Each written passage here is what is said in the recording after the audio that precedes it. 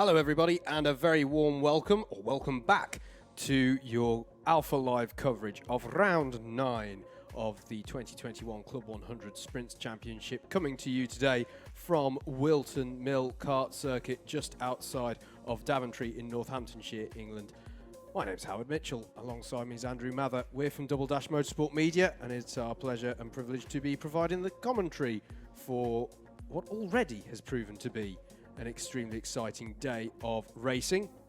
And we're going to get back into the action over the course of this afternoon with our heavyweights. We had our lightweights earlier today. There's your forecast for now, although I've got to say, in terms of it being cloudy, it's the nice fluffy clouds. It's not anything foreboding so far, and we've actually had perfect conditions for karting for October in the United Kingdom. But you are very welcome along to enjoy what is hopefully going to be a continuation of some enthralling action from this morning around this Whilton Mill circuit. And as I say, I'm joined as ever for our Club 100 coverage by Mr. Andrew Mather. Hello, Andrew. Afternoon, everybody.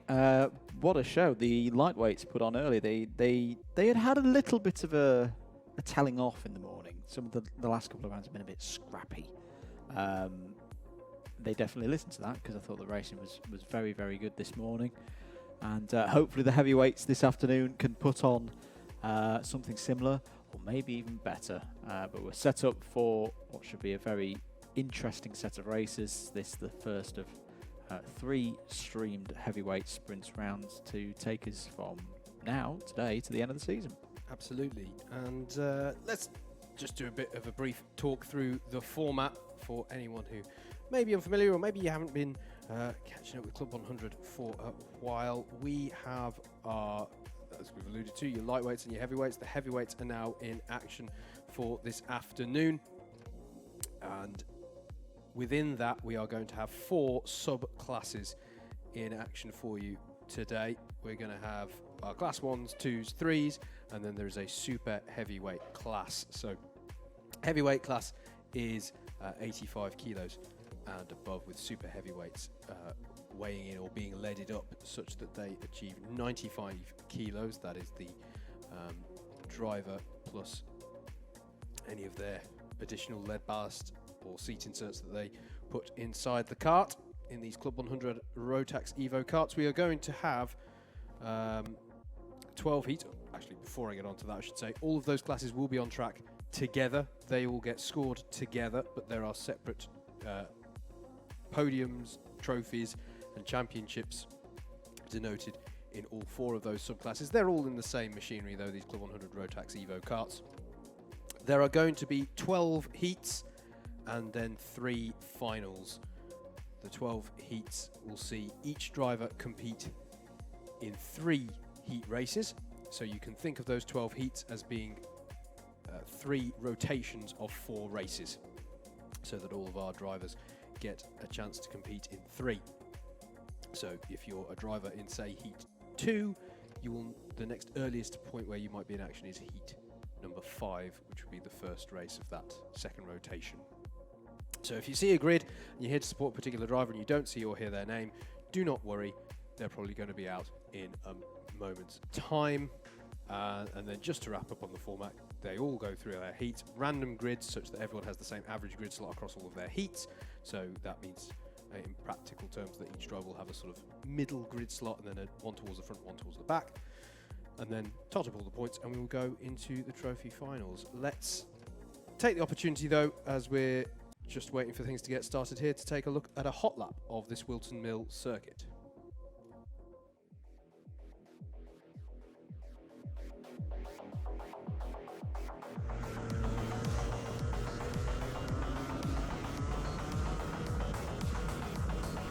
Coming round to start a lap then of this circuit. The first 2 corners here are Oblivion and the Crook. High speed, you've got to have a lot of faith in the kart, throw it in and commit to this part of the lap, as we're going to see here. Throwing it in, take as much of that curb as you dare on one.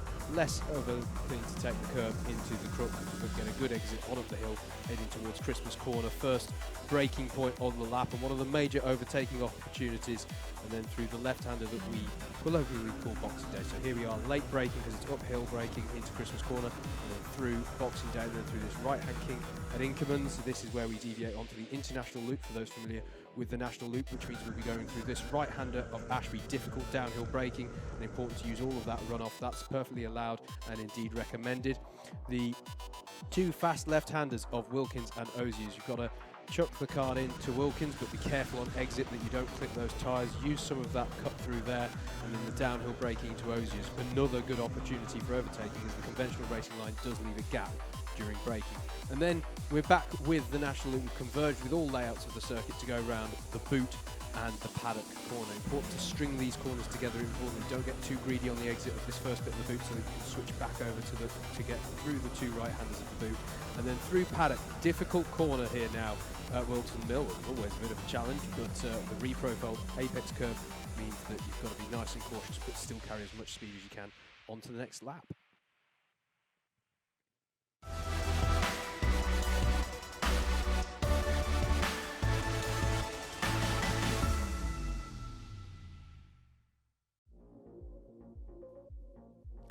Let's head into our racing then and take you through the grid for heat number 1 of 12 of this one. Vijay Patel will start this one from pole with Mark Appleton alongside. Alex Pritchard and Anthony Ridd will be row number 2, with Steve Bosley and Matt Wildman on row number 3.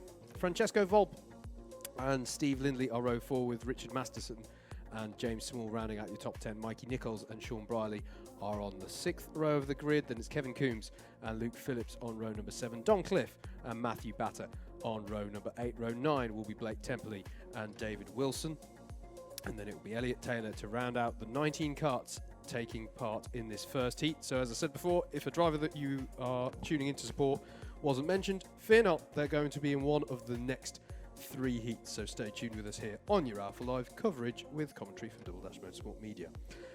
There's your forecast as well. And I have to say, as I said earlier, it's a lovely day to be going karting in October in the UK, in Northamptonshire countryside here, just outside of Daventry.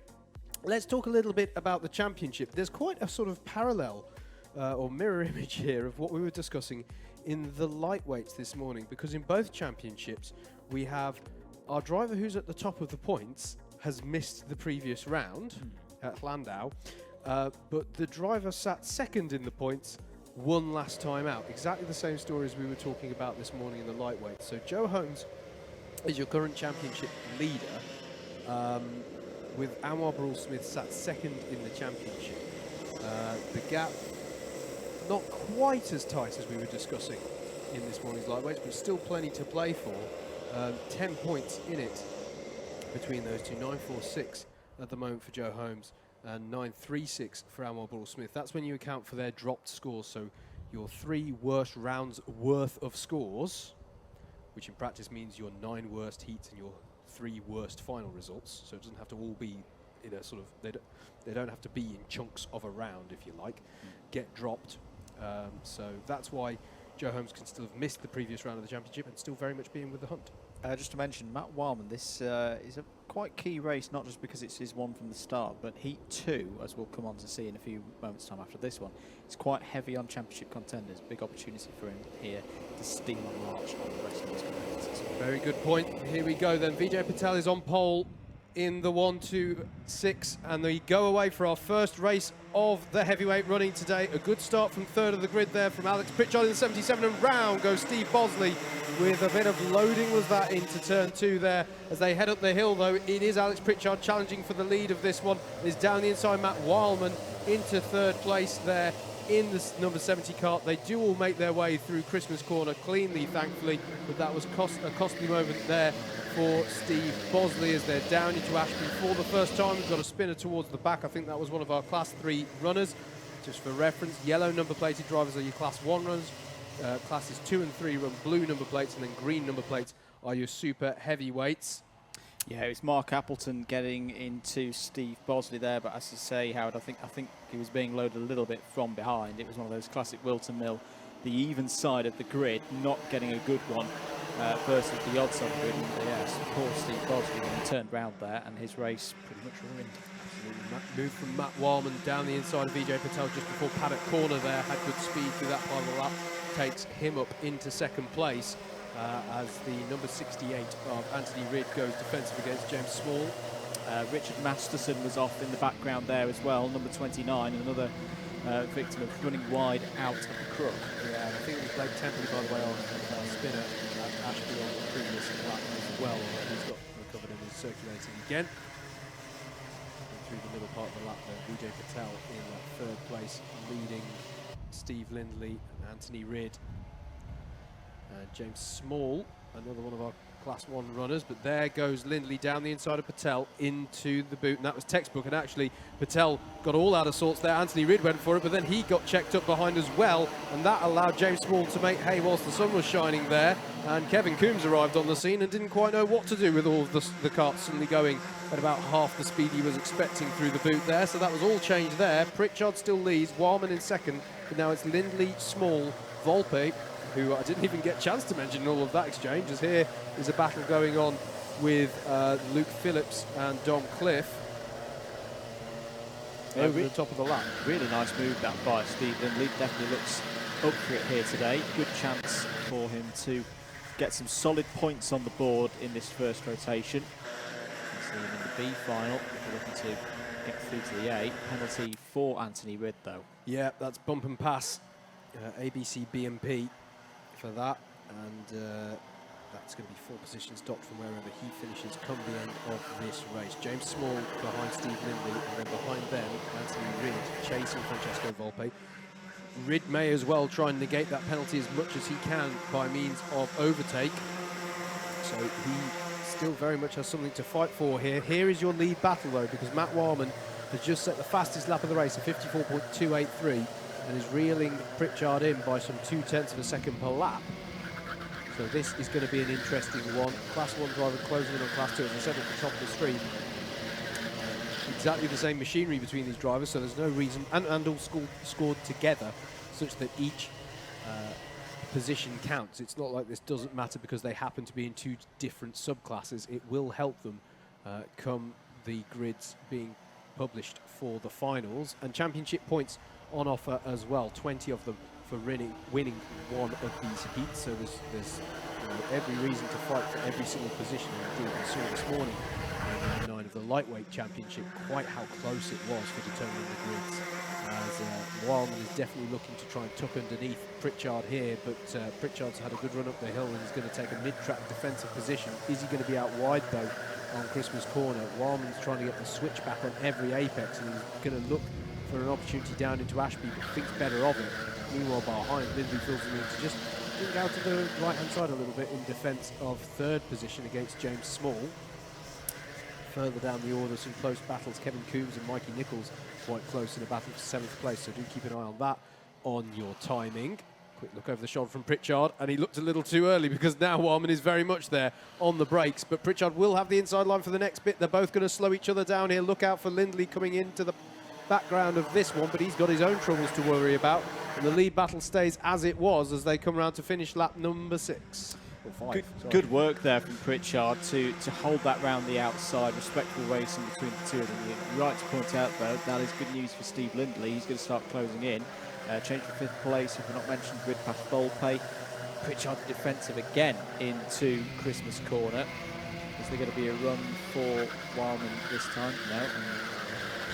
You get the sense in this situation, Howard, that Wildman is thinking championship. He's up the inside again. This is a better opportunity, and this time, yes, he does take it to P1. Yeah, absolutely. Maybe not so common that one would say that the better opportunity is into Wilkins, but he had the overspeed there and the inside line, so made it stick. Good move from Matt Wildman, and all that battling has left Pritchard, if anything, with more to worry about from behind than any idea of a counter-attack. But look at this, James Small now down the inside of Lindley. Lindley's going to try and hold on to it, and he's going to go very wide out the last corner. But that is James Small's position there now, up into 3rd place. As Anthony Ridd sets the new fastest lap of the race, a 54.182. But actually, that battling over third in the latter part of that lap, and there's a penalty for James Small for ABC bump and pass. Well, I was wondering if that was a risk going through the final corner there. And look at that good battle going on between Kevin Coombs, and I think that was the battle with Mikey Nichols, as there's a swap there for the lead, pretty much where it happened a lap ago. Alex Pritchard back past Matt Wildman at Wilkins. And this time, yes, having another look over the shoulder, and well he might. But for now, at least, the race lead is back with Alex Pritchard. Yeah, I just wonder if Matt Wildman had a bit of a problem down through Ashby there, because the big gap that Alex Pritchard closed in and took advantage of. Last lap board is out then. Pritchard leads from Wildman, Small, Lindley, Ridd. Yeah, it's going to be costly for James Small, that penalty. The 4 places docked at the end of this race. And look at this, Anthony Ridd, I said he'd set the fastest lap of the race. He just set another fastest lap and made a move, and that's Steve Lindley round. And I'm not sure if that was contact as such, because we only saw the end of that. Yeah. He was clearly frustrated in some sense. Will Matt Wildman feel the opportunity is there to go for another move? He'll know that this opens his points tally up nicely for the day, no matter where he finishes out of first and second. But he's also got the pressure from James Small, who maybe can't win it outright, but will be looking to negate this penalty. And it's suddenly all closed up quite tightly at the end here. Pritchard will be very glad to bring this one home, but bring it home he will. Round the final corner, Alex Pritchard takes the first win of the day in heavyweights. It'll be Matt Wildman in second, James Small third on the road, but with a penalty to be applied. Anthony Ridd in fourth. Francesco Volpe will be fifth. Kevin Coombs in sixth. Seventh for Mikey Nichols. Don Cliff, Luke Phillips and Elliot Taylor round out your top 10. With Don Cliff your highest placed of your novice to see 3 drivers in that one. Didn't have any super heavyweights in that. But yeah, that was a good opening win there for Alex Pritchard. Steve Bosley comes to finish a heat that he'll want to forget. But it's well done to Alex Pritchard. Coming up next, though, here will be heat number 2.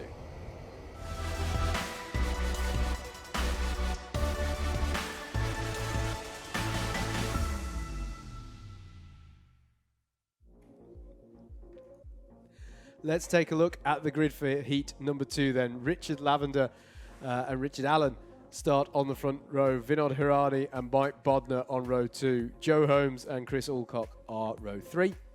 Oliver Moss and Chris Dixon are 4th row of the grid. 5th row is going to be Andrew Cherry and Miguel Hall to round out the top 10. Harry Melvin and Lewis Ridd are your 6th row, with Anwar Burrell-Smith and Andrew Hicks on row 7. Max Jameson and Tom Stalker are next, with Mark Bramford and Sam Bensley on row number 9. And that is going to be it, because it's 18 karts in this one, not the 19 we had in Heat 1. So both of our top 2 protagonists in this championship are in this one, but this is very much one that Joe Holmes will be looking to capitalise on, particularly with what's probably his highest grid slot. Yeah, it's quite a stacked grid, this, because I say you've got your 2 championship contenders. You've got Chris Alcock, who is not a championship contender, but definitely a quick driver you'd expect to see at the front of this field. He's recently, or still feels quite recent, he's moved from the lightweights into the heavyweights to be a bit more competitive at this this weight category. Richard Allen in there as well, looked on good form yesterday. Yep. Through the endurance and the sprint 60s. So he's had plenty of track time and usefully for Dickie. And in fact, I can see it in the reflection in our windows. He's actually going for a kart change at the moment. The track conditions that we're seeing now, very similar to what we had yesterday afternoon for the sprint 60s. That will be transferable knowledge that he'll be able to apply in this first race for him. Absolutely. Just to talk a little bit more then, whilst the practice laps are going on about the championship, I mentioned Joe Holmes and Anwar Burrell-Smith. Is Matt Wildman 3rd in the championship? And then with Adam Wright in 4th. Always a very consistent championship campaign that we see from Adam Wright. But he's then down in 5th place, where we have our points leader within Class 2, and that is Jonathan Elliott. But he's only some 5 points ahead of Alex Pritchard, who we just saw take the win in that first heat. Yeah. So that will have been a strong start for Alex Pritchard in his pursuit of Class 2 honours. And you mentioned Richard Allen there, mate. 8th overall in the championship, is 3rd within those Class 2 standings. If we head further down the order, Bill Taylor has been driving very strongly and currently is the points leader within super heavyweights, and he's got quite a comfortable lead over Lee Henderson and Richard Newton within that subclass. And then finally in class 3, I'm just double checking my maths here, but I believe it's Luke Phillips who has bragging rights at the moment within class 3, ahead of Max Jameson and Jaden Cadigan. So that's how the subclasses line up in this championship at the moment, as they're just going for their rolling up laps in this one. Do put in your comments though on the stream on YouTube. Hello to Mackenzie Taylor, who's got in contact via that very method on the chat. He's wishing the best of luck to Harry Melvin and Martin Buchan as well. Wishing Harry the best of luck. And it looks like the formation laps or the practice laps are completed. So Harry, just a reminder, starting 11th from this one. So pressure off, I'd say, because this is the race. If you're starting 11th, 12th, this is your one from the back for a C1 and a C2, which is the novices in C3 behind you. I mean, when we say pressure's off, that's a relative statement. It is. Because you also want to try and get as far forward as possible, but also, yeah, I imagine if you were gonna choose a way around to have your randomly allocated grids, this is what you'd choose, is to have that sort of, you know, your least critical grid slot first, and then work your way up throughout the day. This is going to be the first one where we have the first heat of the day, I should say, where we have some super heavyweight runners. So look out for those green number plates, as well as the yellows of the class 1s and the blue number plate of the class 2s and 3s. And it looks like we are ready to get underway. Richard Lavender then in the grey and Hyder's yellow race suit there in the 162 your pole sitter. Richard Allen alongside, very experienced driver. And away we go then for heat number 2 into Oblivion, and it's a good even start from the grid for me. In fact, Richard Allen and Joe Holmes doing a good job there to make hay at the start as they head up the hill for the first time, and Richard Allen going straight to challenge Lavender for the lead, but ducks out of it, and that's going to leave him compromised and vulnerable to Joe Holmes, who's going to try and send it around the outside as somebody goes onto the grass and collects Colin the Cone quite aggressively there, and somebody else is trying to, it's a one-upsmanship of rallycross on this one. It's an interesting way for things to have got going. Well, that was more akin to a beach volleyball match with poor Colin the Cone there. He got tossed up in the air at least twice. Yeah. Chris Alcock making a move there, already gaining positions. Anwar Barul Smith looking for a way through as well. Contact warning for number 44, which is Mike Bodner. Yep, absolutely, who is the driver just passed by Chris Alcock there. So, a bit of a scruffy lap in many ways on that first one, but we'll see how race control deemed that one. But it is Joe Holmes who leads, and all of that, I should have said, Joe Holmes and Richard Allen did in the end manage to get past Richard Lavender. So there you can see Holmes from Allen at the front, and there's Mike Bodner battling away with, I think it was Vinod Hirani who was having a battle with into Christmas Corner. Your Holmes and Allen here. This is time to just check out and get some points in the board. Looks like, was that Chris Alcock going down the inside of Lavender? Yes, it was. So Chris Alcock up to third. So already here on lap 2, the usual suspects coming to the fore. Yeah, and Anwar Barul Smith on the move as well. He's just got by Harry Melvin on this lap I saw as well at Ashby Corner. So Barul Smith trying to get on and up the field, because he'll spotted from this grid that this is the opportunity race for Joe Holmes, who's trying to limit that damage. Miguel Hall here in number 8, allowing that 97 of Lewis Rig back through, because obviously he was not 100% confident that the way in which he'd got by before was perhaps acceptable to race control. So does the right thing, lets him back through to try another point. Yellow flags out at the top of the hill, as that's the 48.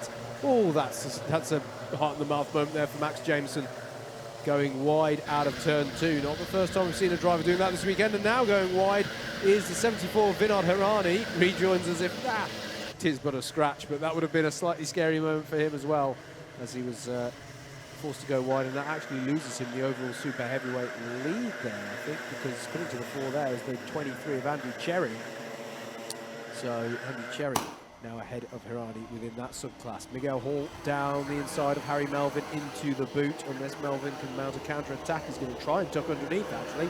Yes, he is going to take the fight back, but Miguel Hall's going to sweep down the outside and stamp his authority as they come on to the start-finish straight and begin lap number 4. Both dropping down the order as a result of that. That's Mike Bodner on the grass now out of turn 2 as well. And honestly, heavyweights, they do a good job of maintaining the grass around here at Whilton Mill. You don't need to do it for them. Why is everybody taking the Andy Miller line? I don't know, mate. Well, you've not posted the footage of it yet. They don't know what the consequences are. The 23 of Andrew Cherry. It doesn't work, lad. Doing a battle there. I think that was with Mark Bramford towards the back there. And there is Lewis Ridd. And he has just got by on Harry Melvin, I believe. Yes, he has.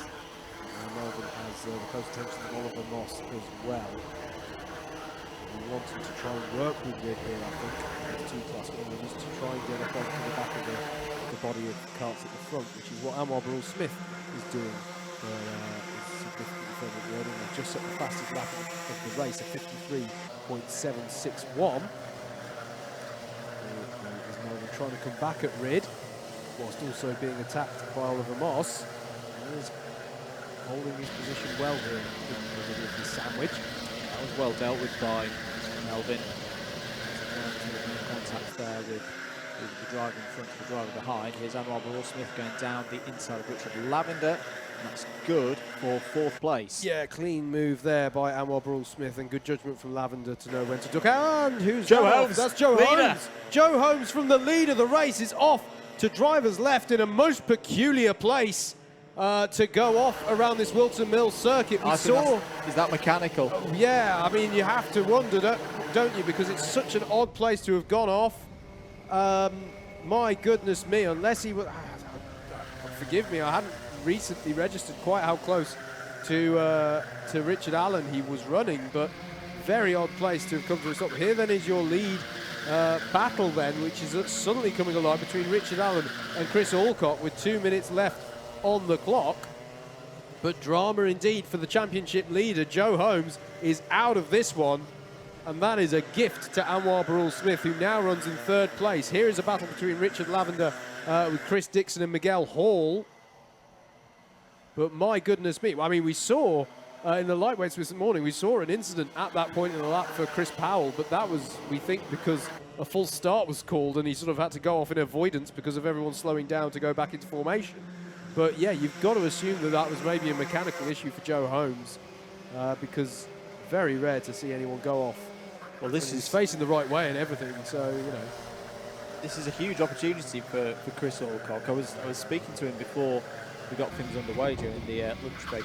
He was a little bit apprehensive about this particular heat because of the number of really strong drivers in it. But here he is, golden opportunity with Richard Allen up there with him, and I'm sure these two drivers, they've raced each other for a very, very long time. We'll play this sensibly. Yeah. Both of these drivers looking at a chance for a win here that they otherwise, with what's happened to Joe Holmes, I don't think they would have expected. No. Miguel Hall just got by Richard Lavender into Ashby, by the way. That's the development on this lap, so I think both he and Chris Dixon have got by on Lavender this time. We'll see that confirmed. But we are on to the last lap here. Richard Allen, well, there's been no inkling of a penalty or any warning, so we have to assume it was a mechanical issue of some sort for Joe Holmes, and all that remains is for Richard Allen to defend here against Chris Alcock, but Alcock is looking for any opportunity he can here down into Ashby Corner, was almost trying to sell a dummy there as they come through into Wilkins Corner. Allen will have the inside line, but will Alcock be able to get a switch back towards, and you can see how defensive that Richard Allen is going. He knows that this is all he has to do to hold on to this win, and I tell you what, Anwar Barul Smith must be wishing there's a couple more minutes to go here, because he's catching these two hand over fist as they battle away here. You can see him there in the number 2, but it is going to be Richard Allen who takes the win in heat number 2. Chris Alcock will finish a brilliant second. Anwar Barul Smith will, I think, be a very happy driver there, finishing 3rd. But crucially, with his championship rival not scoring any significant points here. Chris Dixon in 4th, Miguel Hall in 5th, Richard Lavender holds on for 6th. Good drive from him. Then it's Lewis Reid, Oliver Moss, Harry Melvin, and Mark Bramford, your highest placed Class 3 runner, to round out your top 10. But goodness me, that's already early dramas here, isn't it, for our championship players? Second heats win of the season for Dickie Allen, so a really, really good result. We're going to take a short break. Next up, it's Heat 3.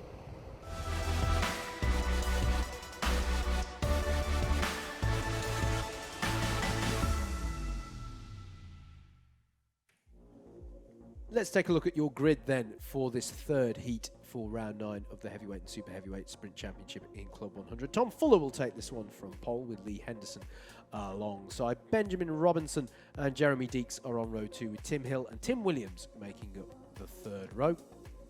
Alexander Lamin and Gary Miller are row 4 with Paul Jameson and Paul Williams rounding out the top 10. Then it's Kieran Chigsey and Stefan Appleton on row number 6.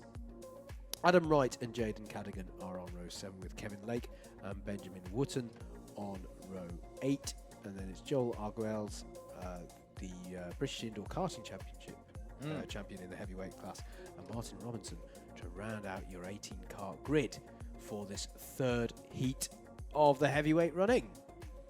Out for their practice laps now. Good opportunity this for Lee Henderson, I feel. Yes. In his bit of the competition, I think I'm right in saying, still in the super heavyweights, so looking to get some points on the board.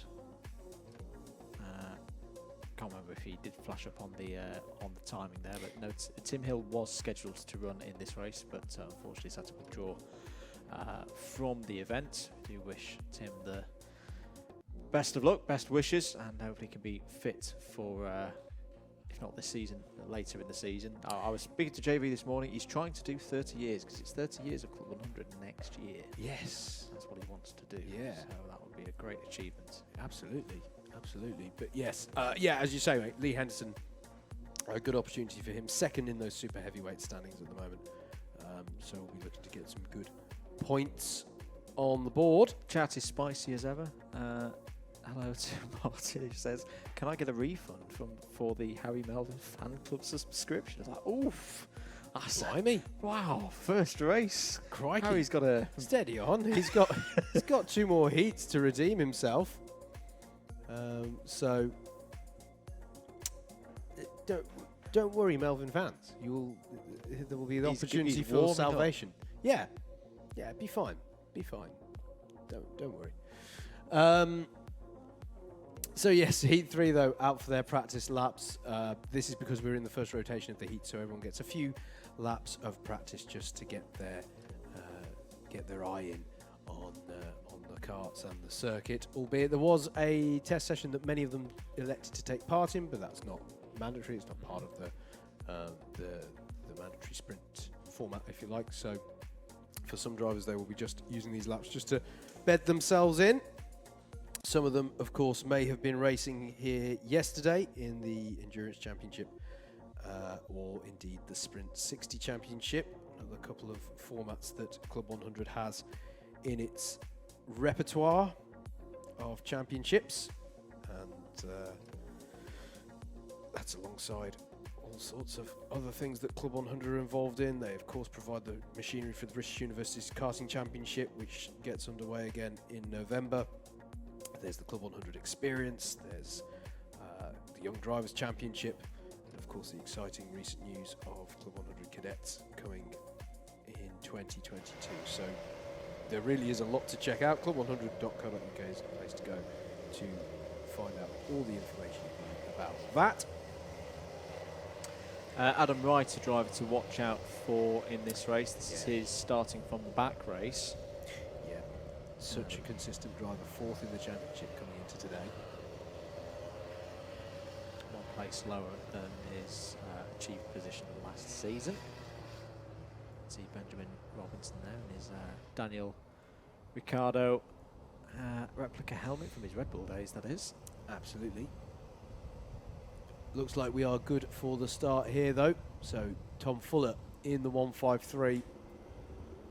On pole, currently on the right hand side as you look at it, and then the 13. You can see the green plate of Lee Henderson denoting as one of our super heavyweight drivers. Here we go then. JV making sure it's a very steady start. Away we go for heat number 3.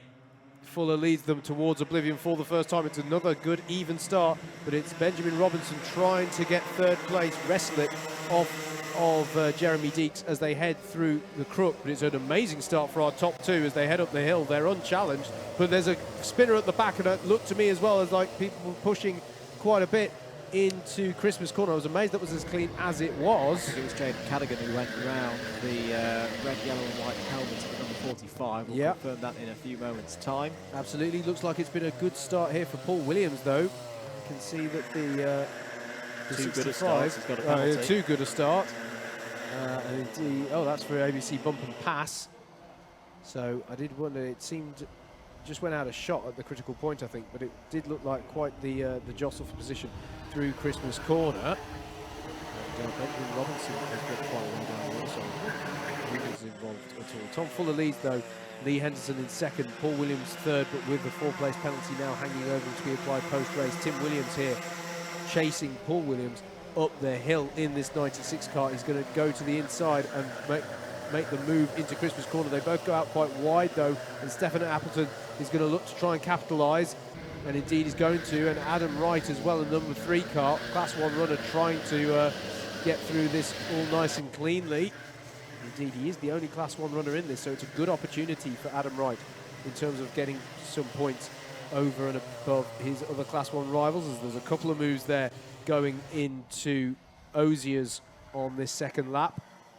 And now Paul Williams down the inside of Appleton is going to reinstate himself in. I think that's going to put him into 5th. We'll double check that one as it comes around, because there's a lot of changes on that lap. It was indeed 5th. I can count. Paul Williams in 5th then. Stefan Appleton in 6th. 7th for Alexander Lamin, who got by on Jeremy Deeks in that lap. Kieran Chinty as well, up into 9th place, trying to work his way up the order. In fact, here is the 50 of Lake, Kevin Lake, going by on Joel Aguil's. He's working the top part of the lap, so that's about slightly further down, and it takes Lake up to 11th place. Yeah, Joel Aguilas trying to fight back here. He spoke to him at Bayford Meadows. Said he was very much looking forward to the circuits remaining on the calendar for this year. He's gaining experience, as you see there in Class 3. Step from indoor racing to outdoor racing, working his way along the karting pathway. Pace of the race leader. There he is, pulled out 1.5 seconds over Lee Henderson. So I said they were breaking over 2 of them at the very start of the race, and they were, but now it's very much the case that Lee Henderson is under pressure from Tim Williams and Adam Wright. So we've got a super heavyweight driver under pressure from the Class 2 and the Class 1, but there is Adam Wright putting the move on Tim Williams down into Ashby. Nice and cleanly done, and that sees Adam Wright take himself up to 3rd place. Yeah, and for all of these drivers, they've got to be thinking about the final positions on the grid. We saw the light rates, how close they were, and you know, a matter of points was the difference between being in that A final and being in the B final, and with work to do in the B final, a few rows down on that grid. Should be good starts for all of these drivers, but there it's confirmed. Adam Wright's got to 3rd place. They'll try and set up a move on Lee Henderson here, gets a tighter line coming through turn number 2. Can he get the speed up the hill and a shot up the inside? Lee Henderson goes defensive. Adam Wright tries to go around the outside. Can he hang it out there? No, Lee Henderson cuts back. Nearly Tim Williams up the inside as well, but good attempt there from Adam Wright. Another one here into Ashby. This time I think he's going to have the move done if he can get the exit right. No, he's gone a little bit long. Lee Henderson still holding to the outside. Opens the door for Tim Williams, who says, thank you very much, I'll have 3rd place. Yeah, nice little exchange, very brave and high risk move from Adam Wright up at Christmas corner, because when you go around the outside like that, you can end up relying on your rival basically to give you the room, and it all tightens up for the little left-hand kink after Christmas corner, which we like to call Boxing Day. It doesn't Christmas, it makes sense. But yeah, it all paid off in the end for Adam Wright. That just shows his experience, I think, and he can keep a clear head in the midst of all of that, and in the end knows where to position his car to make it pay off.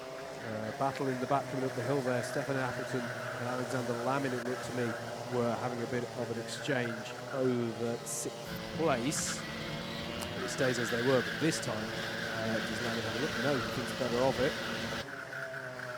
Battle behind them as well between Jeremy Deeks and Kieran Chigsey.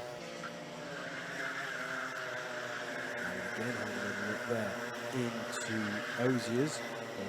Waiting to pick his moment here to make a clean move if he's going to make one at all. 3 seconds the gap that Tom Fuller has at the head of this field, Ben. And you'd have to say that there just isn't enough time for Adam Wright to close that kind of a gap down. Indeed, he was 4.2 tenths quicker on that last lap. It's not going to be enough. So Fuller just needs to control this one now. Coming up the hill, though, this time Alexander Lamin really would like to put a move on Appleton, and behind him is that other battle between Deeks and Chigsey. And that was a swap around. Chigsey getting through there at Christmas, so nice little move there for Kieran Chigsey. Takes him up to 8th place. Round the outside as well. You don't see many round the outside overtakes be done into Christmas corner. So very nicely judged there from Kieran Chigsey. Absolutely. Going on to the final lap, that though now for Tom Fuller, our race leader, and look at how it's bunched up here once again with Lee Henderson, Paul Williams, with a penalty hanging over him, don't forget, for a bump and pass right near the beginning of the race. Wants to try and negate that as much as possible. Meanwhile, Alexander Lamin still would like to get past Stefan Appleton. Through Christmas corner they go. There's nothing on for them there. Behind them as well, Chigsey, although there's a bit of a gap over Jeremy Deeks. So I think it would take something, a mistake there from Chigsey for that to change back round. And Wright has enough in hand over Tim Williams in the battle over second, but it is going to be coming around the last corner now. That man there, Tom Fuller, who will take a very controlled win for heat number 3. Adam Wright does the best that he can as a Class 1 runner, trying to optimise his points in second place there. Tim Williams in third, fourth for Lee Henderson, your highest super heavyweight driver. Paul Williams in fifth, Stefan Appleton in sixth, seventh for Alexander Lamin, Kieran Chigsey in eighth, Jeremy Deeks in ninth, and then 10th for your highest place novice Class 3 is Benjamin Wooten. Yeah, the stat on that one, third win of the year for Tom Fuller. Good 4 points to start his day. Coming up next here at Whilton Mill, though, is the last heat of this rotation, heat number 4.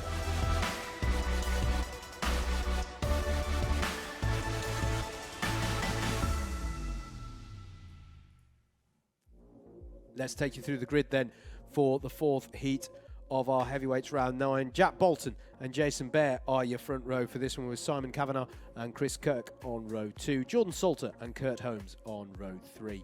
It'll be Richard Newton and Tarek Almu on row 4, with Jonathan Elliott, Class 2 points leader, coming into today, with Darrell Lowe alongside to round out your top 10. George Boothby and Darren Townsley are your 6th row of the grid, with Bill Taylor, points leader in super heavies today, with Shane Cotter alongside on row 7. Bradley Porter and Luke Collins are row 8.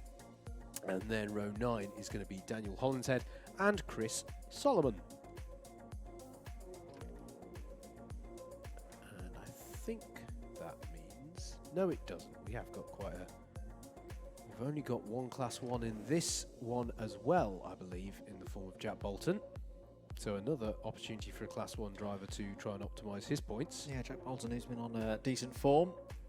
A good opportunity for him to get a win here. And as we said, we saw it with the lightweights earlier. It's that stage of the season where if you're not in a championship battle, perhaps, you're a little bit more relaxed. The results can flow a little bit better, whilst those who are fighting for the championship, that they're worrying about a 5th to 4th place move, a 4th to 3rd place move, and can sometimes make some mistakes. And I think we saw a little bit of that this morning. Jumbled up the A final grid a bit. Gave the likes of Fraser Brunton and that's still a perfect opportunity to gain some strong results. And I see Jack Bolton in a kind of similar frame of mind, I'd say, at the start of today. He's not being talked about in terms of that top 3. That's not to say that he's not got the talents to be in that mix. Yeah, absolutely. Just having a look at where we've seen Jack actually this season, and this is actually only the 4th round where we've seen him this year, so not doing a full season campaign, just in it for some fun. And if you're one of the championship contenders, that can be worrying, because it means that he's just there, from your perspective, to be a disruptor. Yeah. No disrespect intended. That is the general term that Andrew and I will often use for these drivers who are coming in with nothing to lose. A couple of drivers going for kart changes, I can see, sprinting down to the bottom of pit lane. And just to explain to folks at home how that works, there's always a number of karts.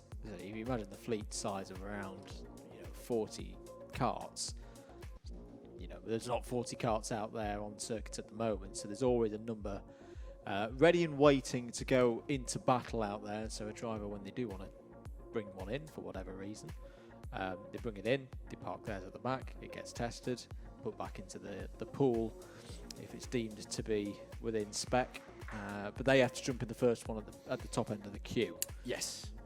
Hence the running, sprinting down the pit lane that we see sometimes to get back out there, not delay the start.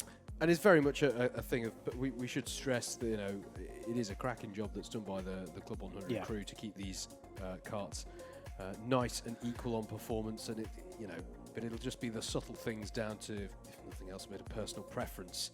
The subtle differences between the chassis. We even hear this in the top flight. Drivers will talk about different chassis within Formula One that feel subtly different, even though they may be done to the highest standards the industry has to offer. So it tends to be a very subtle thing that causes the drivers to do this, but yep, that facility is available to them. And you'll particularly perhaps see that in the A final today, where by and large we'll have our most experienced drivers, and they'll be used to getting a feel for a kart, knowing, is this one for me? Is this what I want to contest for the big silverware in? But yeah, it's going to be interesting. So this is a golden opportunity for Jack Bolton, really. Not only is he the only Class 1 driver in the field, but he is also starting it from right at the front. So unlike Adam Wright in the previous race, where he was like, well, on balance over time I should work my way towards the front, but I have nonetheless got to work my way towards the front. Jack Bolton can just go, all right, let's nail the start, and hopefully should be able to control the pace from there. But there are 17 other drivers who ideally would like him to be less than successful in that endeavour. Good chance as well for Bill Taylor in the super heavyweight stakes. Absolutely. Everyone just trying to get themselves organised here. Yeah, there's very much some... Jonathan Elliott is very much the opinion that we should go round again. And indeed, that is the call there, that we're going around to sort ourselves out. Do hope everyone's remembered that pole is on the left here at Whilton Mill. I think that is not the case, and that was what the problem was there, that you had some drivers on the wrong side of the grid. It was one of the complications at Landau, where the side of the grid the pole is on changes depending on which layout they use at Landau. This is a painful moment when you're the pace kart driver. Pace kart driver needs to get obviously back to the front of this to control the pace at the start, but everybody keeps warming up the tyres. Yes, it is rather difficult. Drivers, get out of the way. Yes. So we might be going round again here, because if the pace kart can't get to the front to control the pace of the start, we can't have a start. I mean, they're doing a good job on their own, but yes. The pace kart can drive on the grass. This is true. This is true. Maybe we'll be all right. Maybe they have just sufficiently paced themselves. Yeah, but race control will be looking for good observance of the start lights on this one. So Jack Bolton in your 82 kart, Jason Bear alongside in the number 25. Round paddock corner they come, and it'll be eyes on the lights. And engine notes rise. And away we go in heat number 4. And into oblivion. Jason Bear with a strong start is going to try and hold on to second place. It looks to me like Jordan Salter is coming to the fore in the 42 and will have the inside line into Christmas corner. A great start from Jack Bolton. That's exactly what it was. That's a spin for quite high up and a heavy impact there in the middle of the pack. And I think that was that. I'm trying to recognise that race suit. I wondered if that was Richard Newton. Yeah, I think it was the super heavyweight. Yeah, in the 32. Just the rear end just went round on him. Testament to the side pods, the high side pods that the Club 100 carts have in previously, is that would have probably been a bit of a ride over, but the cart's keeping all the drivers safe and sound. Darren Townsley hounding the back of Simon Kavanagh here in the early running as they come round to finish the first lap. It's a penalty for our Class 2 Championship points leader, Jonathan Elliott, for ABkC Bump and Pass. As they come round to finish lap number 1, it is Jack Bolton who's had the dream start. Jordan Salter, as I said, did do well to come up into second place there. But look at this, Jonathan Elliott now with that penalty hanging over him as Tarek Almu also gets a bump and pass penalty. And that is a nice pass, whilst I was saying that, by Jonathan Elliott on Salter to take himself into second place as Jason Bear is having to defend against Bill Taylor and Kurt Holmes behind him.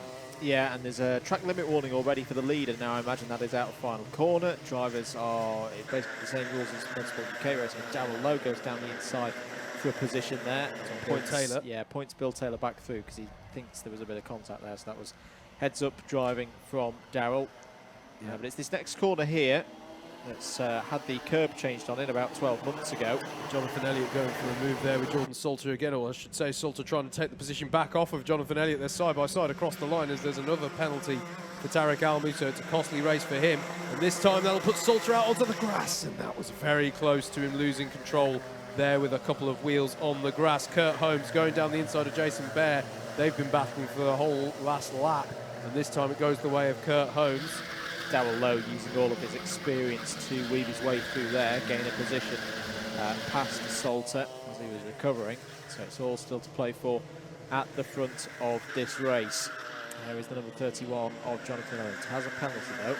That's down the inside there. So that's 7-3. Yeah, Tarek Almu new helmet. That's what it is indeed. But he's also trying to make up for some penalties in this one. Could already be turning into one to forget. Kurt Holmes in the 93 lanes there. That's the 42 of Jordan Salter trying to make positions back up after his heart in the mouth moment at the start of the previous lap, at this point last time around. Despite the penalties, which I'm sure will recalibrating job. It's good to have Tarek back. He's been away for a while. Comes to all of these events from overseas, which has been a little bit difficult recently, but now coming from agreements.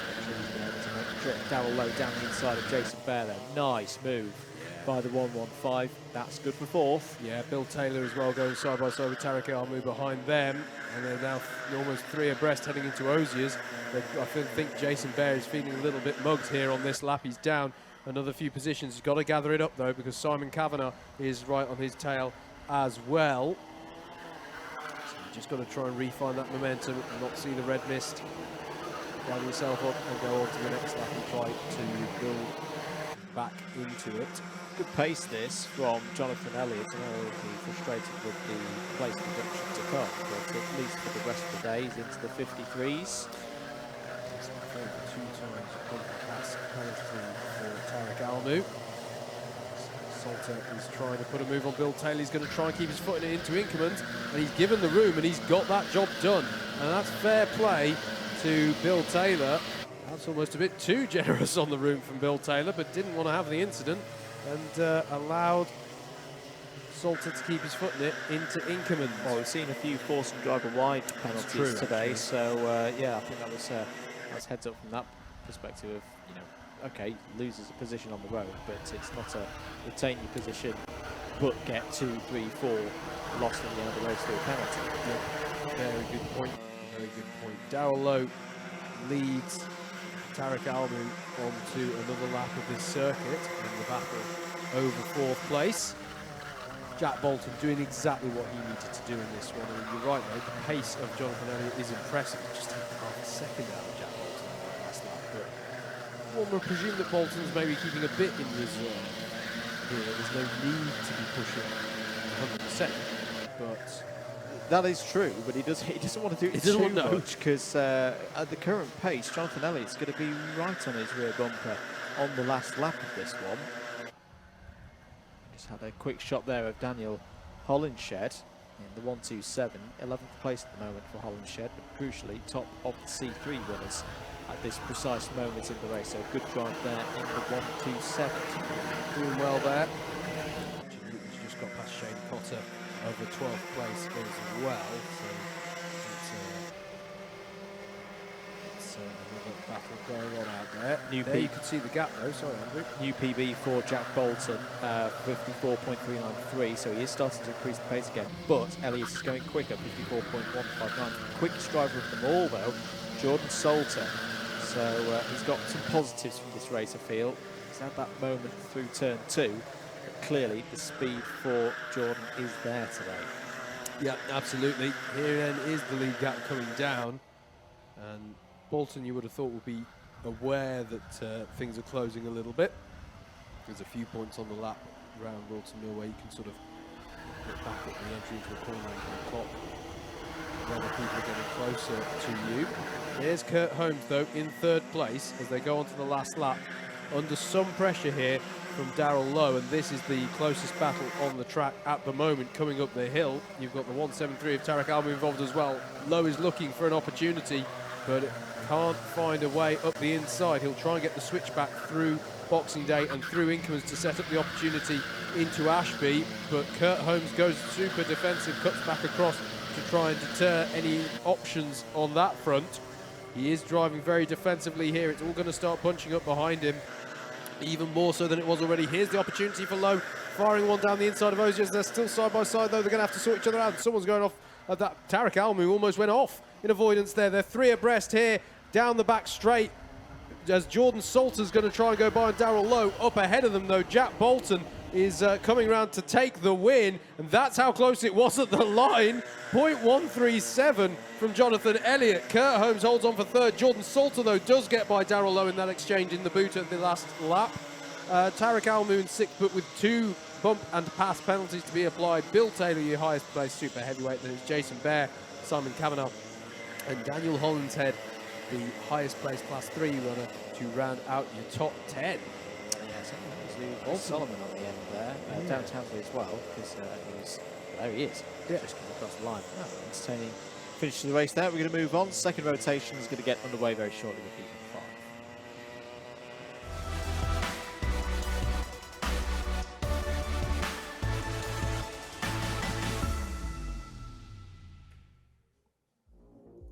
Let's take you through the grid then for our 5th heat. We begin our second rotation of heat, so all these drivers out for their second race of the day. And Anwar Burrell-Smith has his golden opportunity, his highest placed grid position of pole position, with Paul Williams alongside Sean Brierley and Miguel Hall on row 2, with Kieran Chigty and Vinod Hirani on row number 3. Row 4 is going to be Vijay Patel and Mike Bodner. Then it'll be Mark Appleton and Steve Lindley to round out the top 10. Richard Masterson and Matt Wallman are on row number 6. Oliver Moss and Samuel Bensley are your 7th row. David Wilson and Kevin Lake on row 8. Andrew Hicks and Benjamin Wootton on row 9. And then rounding out what I believe is a 19-kart grid should be Blake Temperley. And we're ready to get underway. No practice warm-up laps with this, remember. Anwar Burrell-Smith leads them away. It was a very strong start from that pole side of the grid. In fact, was it a bit too good, Andrew? Because I'm amazed by how far ahead Burrell-Smith and Miguel Hall are coming up the hill. We'll have to see what race control makes of that. But Paul Williams going defensive against the rest of the field, apart from those top 2, as we've got a spinner at the back there. But it's clean breakaway so far from Burrell-Smith and from Miguel Hall in the 2 and the 8 respectively. Yeah, I'll have a look at it on the replay showing on the monitor now. It looked fairly even between the front row. Actually, no, I see what you mean. Yeah, the pole side did get a much better run, but it wasn't as dramatic as the one we saw earlier in the lightweights with Fraser Brunt and I think it was just, unfortunately, anti-pole side of the grid. not quite being away. Oh, round there. Is that Chigty? I think it was, yes, the 107 going round there. We'll have it confirmed on timing in a moment if we see the 107 descending down. Yep. No, it wasn't the 107. Oh, apologies. It was the 100. It was the 100 of Mark Appleton. Good call. And just to finish the housekeeping, it was David Wilson who we saw having a spin earlier on in the lap as well. So he's got to go round on this one. Oliver Moss with some work to do in this race. That's a position gain for him. It's the 126. Once again, I get the feeling with this first race in this second rotation, a number of drivers with an opportunity here to get some good points on the board as Matt Wildman goes down the inside of Paul Williams for third. Get some good points in this one. You're giving yourself a good shot of getting in that A final on points automatically. Mike Bodner looking around the outside of Paul Williams now. Two very experienced drivers going toe-to-toe here, and Steve Lindley looking to get involved as well. Up the inside, gains a position on Paul Williams. Nicely done by Steve Lindley. Even more experience. That was there was a lot of Club 100 races in amongst that battle right there. As there is, apologies, Kieran Chigsy. Well, I'm not sorry to see him up there. Apologies for miscalling that he'd had an incident. There is Chigsy getting by on Paul Williams as well. And Benjamin Wotton being given the penalty for a takeout, which one would presume means he has been apportioned blame for what happened to Mark Appleton. Coming back at Kieran Chigsy there is Paul Williams down into Ashby Corner. Well, there's your race leader, Anwar Smith, and then there's Miguel Hall. Matt Warman up into third place, followed by Bodner and Lindley. And this is now Oliver Moss, who's got by Kieran Chigsy, arrived on this scene to now try and put a move on Paul Williams. Because you can see the classman party that's up at the front here. Became Oliver Moss, and he wants in on that match. Indeed. So end of lap number 3. Brule Smith leads by nearly 2 seconds ahead of Miguel Hall, Matt Warman third. Fastest driver out there at the moment does look to be Matt Warman. Oh, it cost me that last time round for Vijay Patel. So some kind of drama has befallen his race on that last lap. I think we picked it up on the cameras. Highest place of the Class 2 runners at the moment, but as we've said earlier, the subclasses are all scored together. So there's ways, we always talk about, oh, there's maybe only one or a couple of Class 1 runners in this race. If you're a Class 2 runner, that causes a bit of friction within the Class 2 ranks because, you know, if everything shakes out as would be expected given the subclass denotions of each driver, you know, your highest placed Class 2 runner is then going to finish second. Well, that's more points than Bodner and Lindley are on for now, albeit they are the highest placed Class 2 runners in this race. So obviously over the course of the season this all sort of works itself out through the random allocation of those two races. But it's just something to bear in mind that, you know, Bodner and Lindley still have something to fight for here, even if it is Class 1 runners further up the road, because they want every single point that they can have. We saw everything. Just particularly this morning, you were noticing quite how tight it was on points from the heats in deciding your positions for the finals. And okay, maybe that's not such a big deal if it's the difference between 12th and 13th on the grid. It could be a massive difference if there's a difference between being on the grid for the A final and having to fight your way up through the B final. And that will be why moves like that have to be decisively done as Steve Lindley goes down the inside of Mike Bodner under braking for the boot.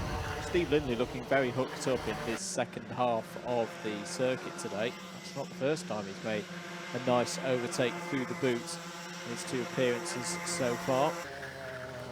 Here's your battle for second place, Miguel Hall and Matt Wildman. Yeah, that's closed up quite a bit, and that's come courtesy of Matt Wildman setting the new fastest lap of the race, 53.9, and he's hounding the back of Miguel Hall now, who's some 6/10 of a second slow that last lap as Bodner and Lindley still battle away. I think Lindley will still have the bragging rights at the end of that exchange because he had the inside for Ashby, but Matt Wildman is not letting Miguel Hall rest easy here for a moment. He's going to have the outside of the first part of the boot, but he's going to try and get a switch back through the second. You can see him going harder over to the left-hand side, but he can't find the room, can he, to tuck underneath? No, Miguel Hall, experienced driver. Oh, is that an issue? That's an issue for Matt Wildman. That's an issue, and that's going to be devastating for him. Now, I don't know if we can get a replay of that, Luke. I reckon that is chain going because he took a big chunk of curb Yep. on the right-hand side of the kart. It is something, and I wonder if this is the problem for Joe Holmes as well, that it's a risk round here in particular. There's a lot of exit curbage that you hit with the right-hand side of the kart. Chain failures are common here. Now let's just have a look as he runs over around the toe of the boot. He's going to cut to the inside, take a big chunk of curb. Yeah, that's a chain. Yeah. That is a classic example of where you chunk a curb, it makes contact with the underside of the kart, and you lose drive. I think that's a chain failure for Matt Wilder. Yeah, there's even a nice bit of lateral sort of motion over that curb as well, just to make sure that the chain got thrown wide. But we are on the last lap. Amar Burrell-Smith is, and if you're Joe Holmes, Andrew, this is slightly painful viewing given what happened to Joe Holmes earlier on when he pulled over to the side of the road. At the moment, Amar Burrell-Smith is 5.6 seconds to the good from Miguel Hall. Still Steve Lindley running in third, Mike Bodner in fourth. Oliver Moss has not been able to close the gap on those two Class 2 runners, so he's currently running in fifth. Kieran Chigty, your highest placed super heavyweight at the moment. But it's been a nice, in fact, the gap there you can see not too much between Miguel Hall and Steve Lindley, excuse me, but it's not going to make a huge difference because the race is about to end as Amar Burrell-Smith crosses the line to take the win in heat number 5. Miguel Hall will hang on for second place ahead of Steve Lindley, Mike Bodner in fourth. Good points for those two drivers. Oliver Moss in fifth, Paul Williams in sixth. Then it's Kieran Chigty with Richard Masterson just hanging on by a tenth of a second from Andrew Hicks, with Hicks being your highest placed novice Class 3 driver, and Benjamin Wotton finishing 10th on the road, but with a costly penalty to be applied after a takeout penalty. Bizarre, I mean, fastest lap in the race, set by a man who retired at one. But that was your top 10 in heat number 5, and that's some valuable points there for Amar Burrell-Smith. Next up here at Whilton Mill is heat number 6 for your heavyweights.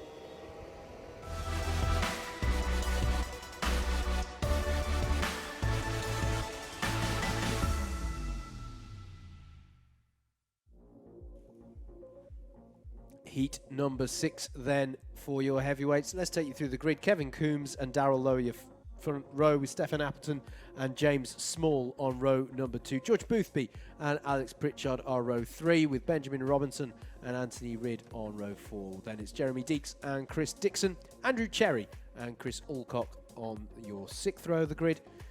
It's going to be Francesco Volpe and Elliot Taylor next up, with Max Jameson and Tom Stalker on row 8, with Luke Collins rounding out the 17 kart grid for this heavyweight heat. Straight into rolling up, although we will be going around again because they're not quite formed up yet. Number of drivers in this race who've had strong results already. Yep. Darrell Lowe, James Small, Alex Pritchard's had a win so far today. Yep. Max Jameson will be hoping for less of a part in the bath moment through turn 2 as well, if I remember his heat from earlier on. Interesting line being taken there by Alex Pritchard. Was he just exploring the outer limits of that concrete runoff on turn number 2? I mean, he's on the other side of the grid for being there. Yep. He's on the right-hand side as if you're a driver's right. Yep. Drivers are allowed to use as much of that turn 2 runoff as they like, but it comes with a catch, which is that if you go too far onto that concrete runoff, it can cause you to spear wide. It doesn't actually help after a certain point. And there's also the runoff of Ashby as well, which they're allowed to run over. Looks like we're good for the start then. Kevin Coombs, your pole sitter, Darrell Lowe alongside in that 115. Away we go for heat number 6 and into oblivion. Looks like another good even start there, and James Small is trying to make progress early on in that 57, trying to get up the inside there as they head through Christmas Corner for the first time. People going a little bit wide. Looked like Pritchard was going a bit wide. That's Chris Alcock. Onto the grass? Yep. As they come down into Ashby Corner, manages to recover it without any further incident, but that's going to be a costly moment there for Chris Alcock. And that's a shame for the relative Like to see those other Class 1s galloping down the road already. Chris Dixon making early progress here, though. He's battling away with James Small and Alex Pritchard, which means that he's worked his way up the running order early on, having started down in 10th on the grid. Good move by Volpe there. Oh no, and then a bit of contact afterwards. That's Anthony Ridd. Of Jeremy Deeks and Anthony Ridd involved there. Yep. So Darrell Lowe, though, leads at the end of that one. Didn't catch it on the cameras, I don't think, but he got by up into the lead on Kevin Coombs, as there's an issue for Benjamin Robinson on that first lap, and a penalty for Anthony Ridd for a take-out, as Alex Pritchard and James Small swap positions up at Christmas Corner. So Pritchard making good progress once again. Chris Alcock trying to get by on Andrew Cherry, I think that was, into Ashby Corner. And this is the battle over 4th place, with Alex Pritchard currently at the head of it. There's your race leader, Darrell Lowe. You can see Kevin Coombs and Stefan Appleton are keeping in close proximity to him. Appleton with that green number plate indicating that he's in the super heavyweight ranks as they come on to lap number 3. And now this is the thing, if you're Pritchard, Small and Dixon, you may as well start working together to try and catch up to the top 3. Yeah, it's a quick train actually. It's Dixon, fastest driver out there at the moment, 54.9 last time around. And they've probably got the help of Volpe and Alcock joining them soon as well.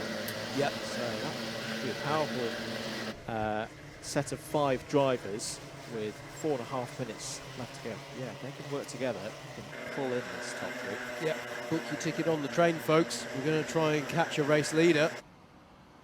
Or are we? Because Pritchard's feeling the need to look over his shoulder every now and again.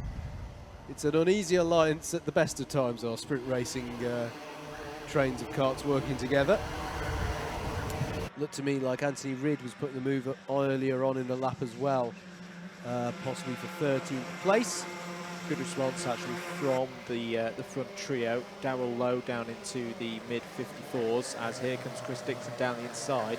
Doesn't want to follow. James Small wants to move further up the order, and a nice overtake there through Christmas. Yep, absolutely, and Francesco Volpe will immediately smell the opportunity as well. I could be misread. Yeah, I think he had a penalty in the first heat of Volpe, so I think he'll be wanting to try and make amends for that with some good points in this one. Down is Alex Pritchard down the inside of Appleton at Osiers, and he's made that. He immediately arrived on the scene and has got by, and now Appleton, I think, has a difficult job now, because you know, all these drivers are going to want to try and get past him, and his rhythm is unsettled. But there's Volpe unsettling the rhythm of James Small, and that's going to allow Chris Alcock to go round the outside, and it's borderline with the track limits, but you can't take away from it, Andrew. That was very impressively read from Chris Alcock to arrive on the scene and try around the outside of paddock, as now Chris Dixon is putting pressure on Stefan Appleton up the hill. Yeah, especially on the approach to paddock as well. How many times have we seen a driver get squeezed onto the dirt and on the grass of driver's left and lose grip on the approach to that corner? So nicely done by Alcock. 2 minutes and 50 seconds to go. But the thing is, if you're Appleton, you're still on for some good points here. You're still the highest place in your super heavyweight drivers, as there's a swap there with Chris Alcock now ahead of James Small on this lap. So it's there's a slight tap there from Chris Alcock on the rear of Appleton. Chris Alcock quickly at this race is going to catch his Applewood stablemate. Pritchard had a great ding-dong at Bayford Meadows a number of weeks ago. Yeah, absolutely. This is your race leader, Darrell Lowe. We haven't had to see much of him this race, because as that's quite a wide line from Appleton on the exit curb of turn 2, and that's going to leave him wide open for attack from Chris Alcock, who duly does go through there, and Francesco Volpe still hounding the back of James Small as well. Small's going to want to try and put the move on Appleton now, so that he doesn't have to worry so much about that. They're side by side at the apex of Ashby, and it stays as it was. Good job from Appleton to hold on to that one. But yeah, Kevin Coombs keeping our race leader honest, Andrew. It's down to 0.2 of a second, this gap now. So Darrell Lowe not being allowed to get complacent here, and here it is, your lead battle, with a couple of minutes still to go on the clock with this one. So this is going to be a one to watch now. As you can see there, the likes of Pritchard and Dixon are definitely going to want to work together, I'd have thought, to see if they can get onto the back of this lead battle. New fastest lap from Chris Dixon. As coming up the hill now, Stefan Appleton under pressure from James Small, who has a cone penalty, unfortunately, so that's going to be one place deducted at the end of this race. Just over 60 seconds on the clock to go. Anthony Rid has had the best of races, but he has just got 12th place off of Max Jameson, top C3 at the moment, by the way. Is Elliot Taylor running nicely in the top 10. Yeah. Penalty to be applied to Anthony post-race, of course. One of the reasons why the best one for him.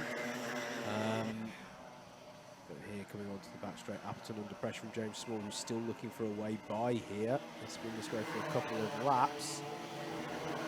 Volpe won't need a second time asking either, did it? Maybe like, yes, it did look like Small was getting alongside there, and we'll get through, and Volpe will try and follow through as we are onto the final lap. Yes, Volpe did get by. But here's the battle for third place then. So if you were working together, stop. Now's the time to try and push to make a move if you're going to, whereas further ahead, it does look to me like Darrell Lowe just about has enough in hand here to not worry too much, unless Kevin Coombs closes in significantly in this latter half of the lap. This has been a really nicely managed race from Darrell Lowe. He had that pressure a few moments ago, but he's clearly held something in reserve, as you say, Howard. Absolutely, that's the 23 of Andrew Cherry putting pressure on James Small. And what that means is that there has been a change actually in the highest placed super heavyweight. In the dying moments of this one, Cherry ahead of Appleton.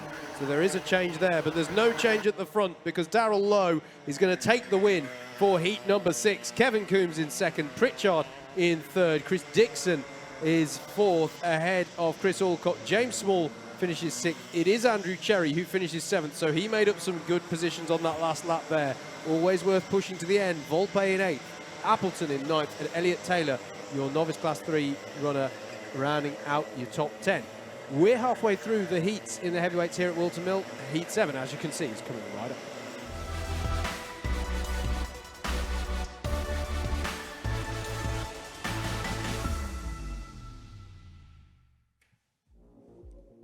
Heat 7 then out and underway, already warming up. Bill Taylor will take this one from pole. Super heavyweight driver leading them away for this one. Harry Melvin alongside. Come on, Melvin fan club. Let's get those chants going again. Lewis Rid and Jonathan Elliott on road number 2.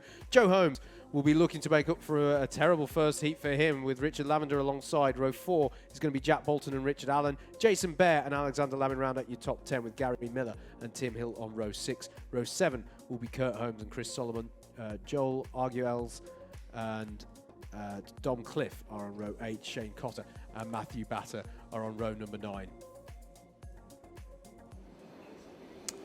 Grid formed up for this one then. Second chance for all of these drivers. There's the number 67 of Harry Melvin on the left-hand side of your screen, but poleman is Bill Taylor. Will control the pace to the line. Away we go then for 7 minutes round Whilton Mill. Not a good start at all for those on the anti-pole side of the grid.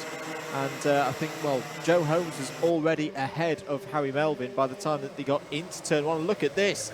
Joe Holmes on the attack straight Jack away. Bolton off wide. Yeah, and keeps it going, but he's going to lose a number of positions. This is actually quite a key race for Joe Holmes. With the retirement in the first race, he needs good results now in his next 2 races. Otherwise, he's going to have a really uncharacteristic job to do in the finals. There's an issue here. Yeah, Jonathan Elliott has an issue with his kart as well. Yeah. And it's coming to a halt. There's a penalty for Jonathan Elliott as well. We'll confirm what it's for in a moment. Dump and pass, and that's devastating. There's another subclass points leader in the championship having a dramatic moment there, Jonathan Elliott, and he'll be devastated. People like Richard Allen, this is an opportunity for him. It's Lewis Rid who leads, Joe Holmes in second, Richard Allen in third, Harry Melvin down to 4th on that first lap, Jason Bear, Richard Lavender, Alexander Lamin. Good start for Joel Arguelles, up to the highest placed of your novice class 3 runners on that first lap. Some 3 positions there, so good starts all round. Difficult first lap for the pole sitter though. Bill Taylor down to 10th position. Yeah, it's Jack Bolton I think is circulating back at the speed again. I thought he was having a kart issue actually at the top of the hill. Such was his lack of speed on the outside of Christmas Corner. Here goes Joe Holmes though. He needs to maybe not needs to points wise, but he psychologically, I think, really would like the win here to take this. Good position for Dickie Allen to be in at the moment as well, just sitting on the rear bumper of Joe Holmes. Try and follow through, should Holmes throw a big one down the inside of Lewis Reed, and here it comes, and in fact he's going to get a bit of help from Richard Allen behind. Perfectly done by both Holmes and Allen. They both gained a position in all of that. Lewis Reed, there's not really much he could have done about that. He's down to third. No, there was some very savvy bump drafting there. And to be absolutely clear, this is an opportunity for Richard Allen now, third within those Class 2 standings coming into today. And we've just seen Jonathan Elliott pulling over at the side of the road. He knows what opportunity he's got now. Cone penalty for Kurt Holmes, currently running in 7th place. There's Richard Allen having a go there at Joe Holmes. I don't think he quite expected that, but Joe just bogged down a little bit through the toe of the boot. End of lap 3, change for lead confirmed there. Yeah, we saw what happened to Matt Wildman earlier on, trying to do a very similar kind of move there. So Richard Allen will want to pick a much more prominent opportunity than that. It's further back, that's Jack Bolton going by on Jason Bear. So that's Bolton up into 5th place. Kurt Holmes is now immediately on the scene with Jason Bear, as well as we've got a driver off at driver's left going into Christmas Corner. And is it 171 there, or double check that one? But he recover the cart. Yep. So quite a few carts falling off in this one, or retiring. The 36 of Lamin there, now on the back of this Bear Holmes fight, and that's a late move from Bear to try and move across and defend that one. Did actually deter a move, but you've got to be careful with that. Yellow flag's out as they come up the hill, because it's Dom Cliff, I believe. No, it was Chris Solomon. It was Chris Solomon at the side of the road. So yeah, that's Solomon recovering his cart now. So it's the 105. Trying to get underway again, and really keeps out of everybody's way, which is good race practice there. But Richard Allen, I thought he'd be working together with Joe for a little longer in this one, if I'm honest, mate. I'm surprised. He's looking racy here, isn't he? Yeah, Richard Allen's been in good form this weekend. 3 minutes of this one to go. There is Kurt Holmes. Bill Taylor. Only super heavyweight in this heat is Bill Taylor. So to maximise what he can score in this one. Jack Bolton's quietly made his way up the order, Howard. He's now in 5th place. He's just set a PB of 53.988. Yep. I don't think it was a great first lap for him, but he's definitely making amends on that now, as this is Lamin having a look at Kurt Holmes into Christmas Corner. But Holmes with good speed towards the end of that straight, and strong on the brakes, and it wasn't on there for Lamin. Just for a comparison, for those who weren't around this morning, the lightweights, you'd say a fast lap time for a lightweight is anything lower than the 53.4 this morning, and of course the big heavyweights are running at a weight disadvantage to those drivers. So being in the 53.9s, that's very good pace for this setup, this weight division. Less than 2 minutes to go on the clock then. New fastest lap of the race comes in from you know who, Joe Holmes, 53.916. I don't think he liked what you had to say about heavyweight pace, mate. I think you saw that. I'll show you. But yes, indeed, increased his lead over Richard Allen, who himself is, to be fair, posting on the high 53-second mark. Don't forget, live.alphatiming.co.uk, and click on Club100 if you have a spare screen, free to add an additional layer to your following on today's action at Whilton Mill. There is your race leader, Joe Holmes, on his penultimate lap at this point. And he's put enough of a gap between himself and Richard Allen, you would have to guesstimate to say that he should be comfortable to bring this one home, but he'll be taking nothing for granted after the disappointment that befell him in his earlier heat today.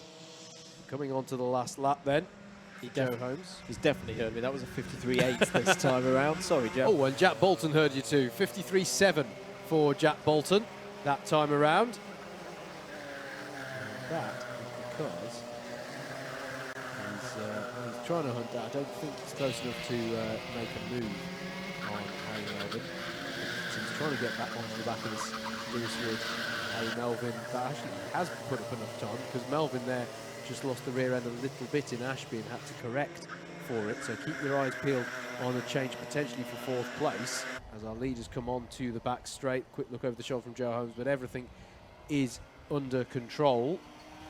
He's going to come round the boot now.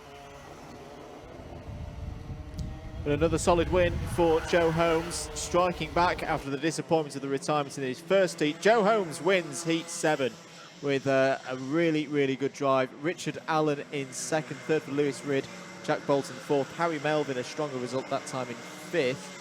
But he did lose a position, I think, at the end on the last lap. Yeah, Bolton did get by. Kurt Holmes finishes in sixth, Alexander Lamb in seventh, Bill Taylor, Jason Bear, Richard Lamb in 10th, down to 10th. And we're going to cut straight into a mini break because Heat 8 is heading out now.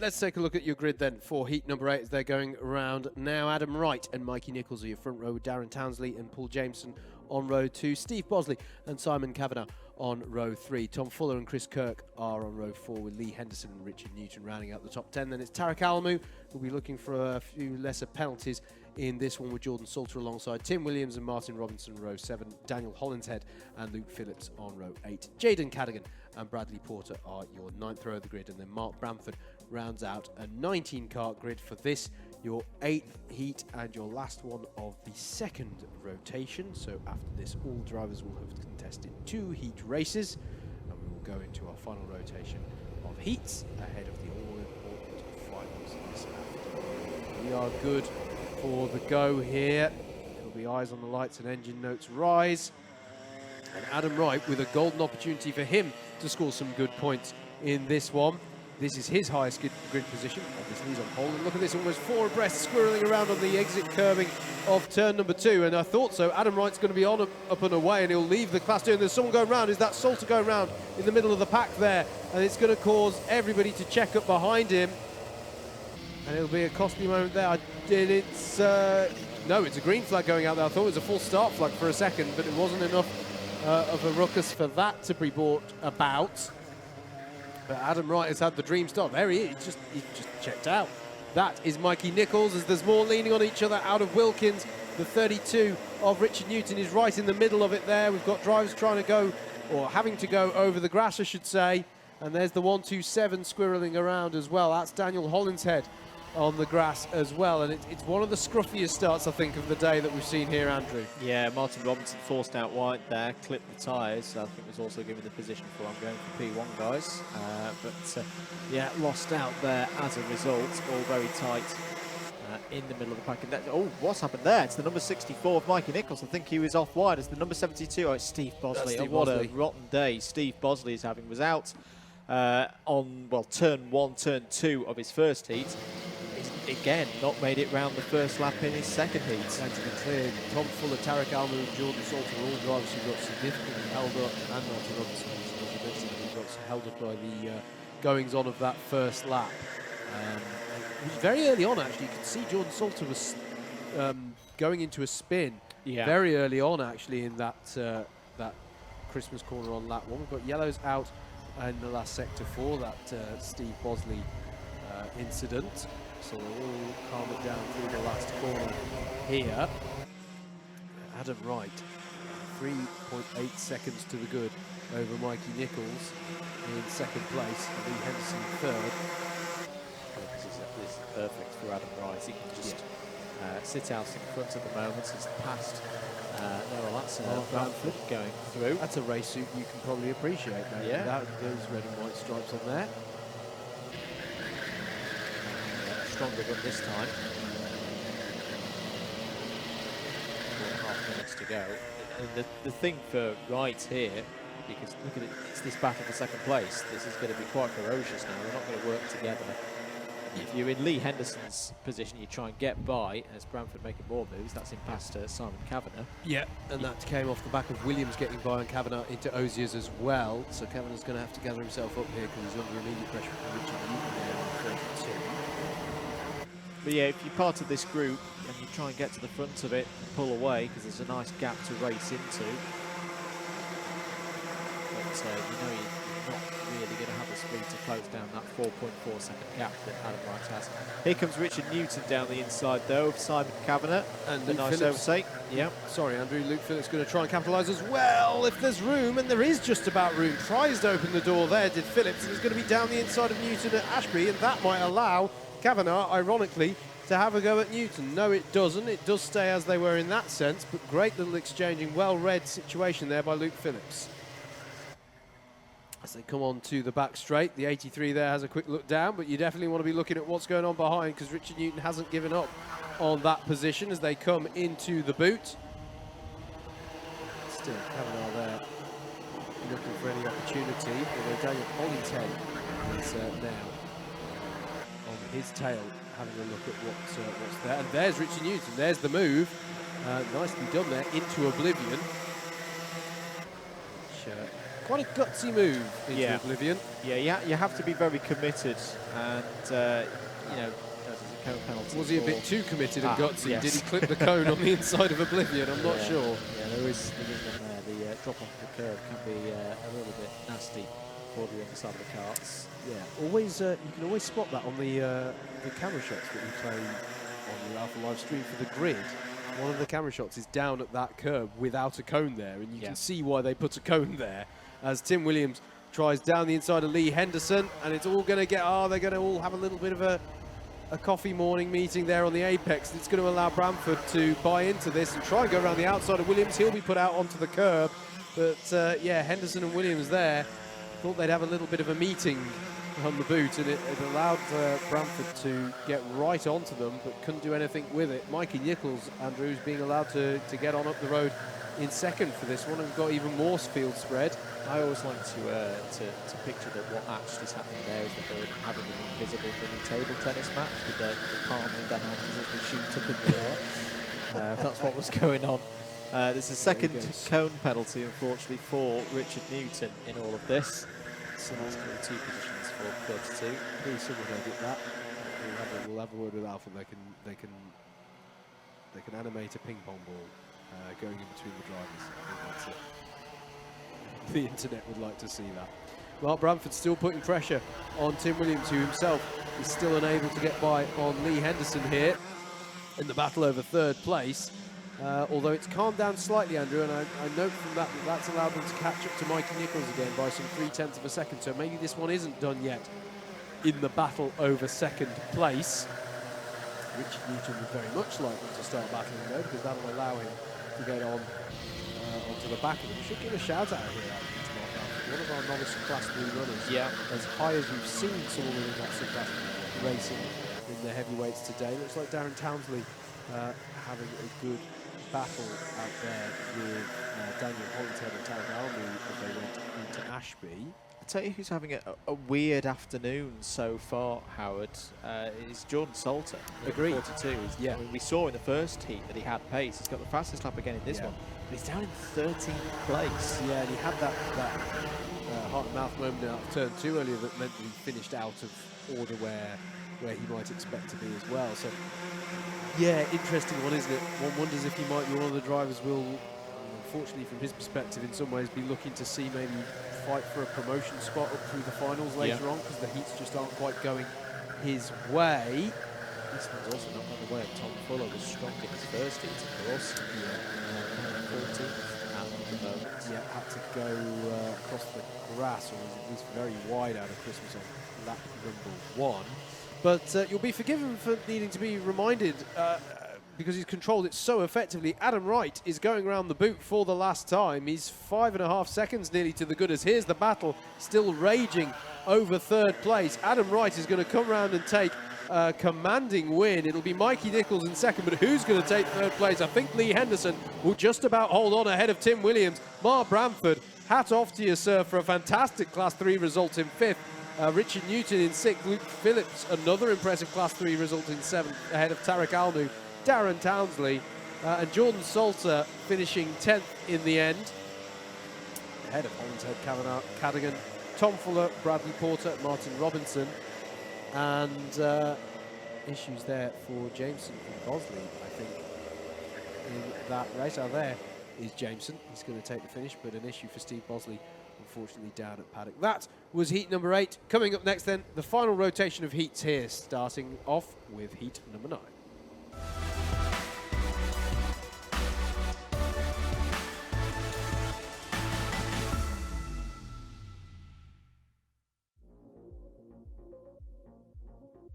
Let's take you through the grid then for heat number 9. Oliver Moss will start this one from pole with Gary Miller alongside Tim Hill and Chris Dixon are your second row. George Boothby and Anwar Brawl-Smith on row 3 with Jonathan Elliott and Miguel Hall on 4. Harry Melvin and Anthony Ridd are next.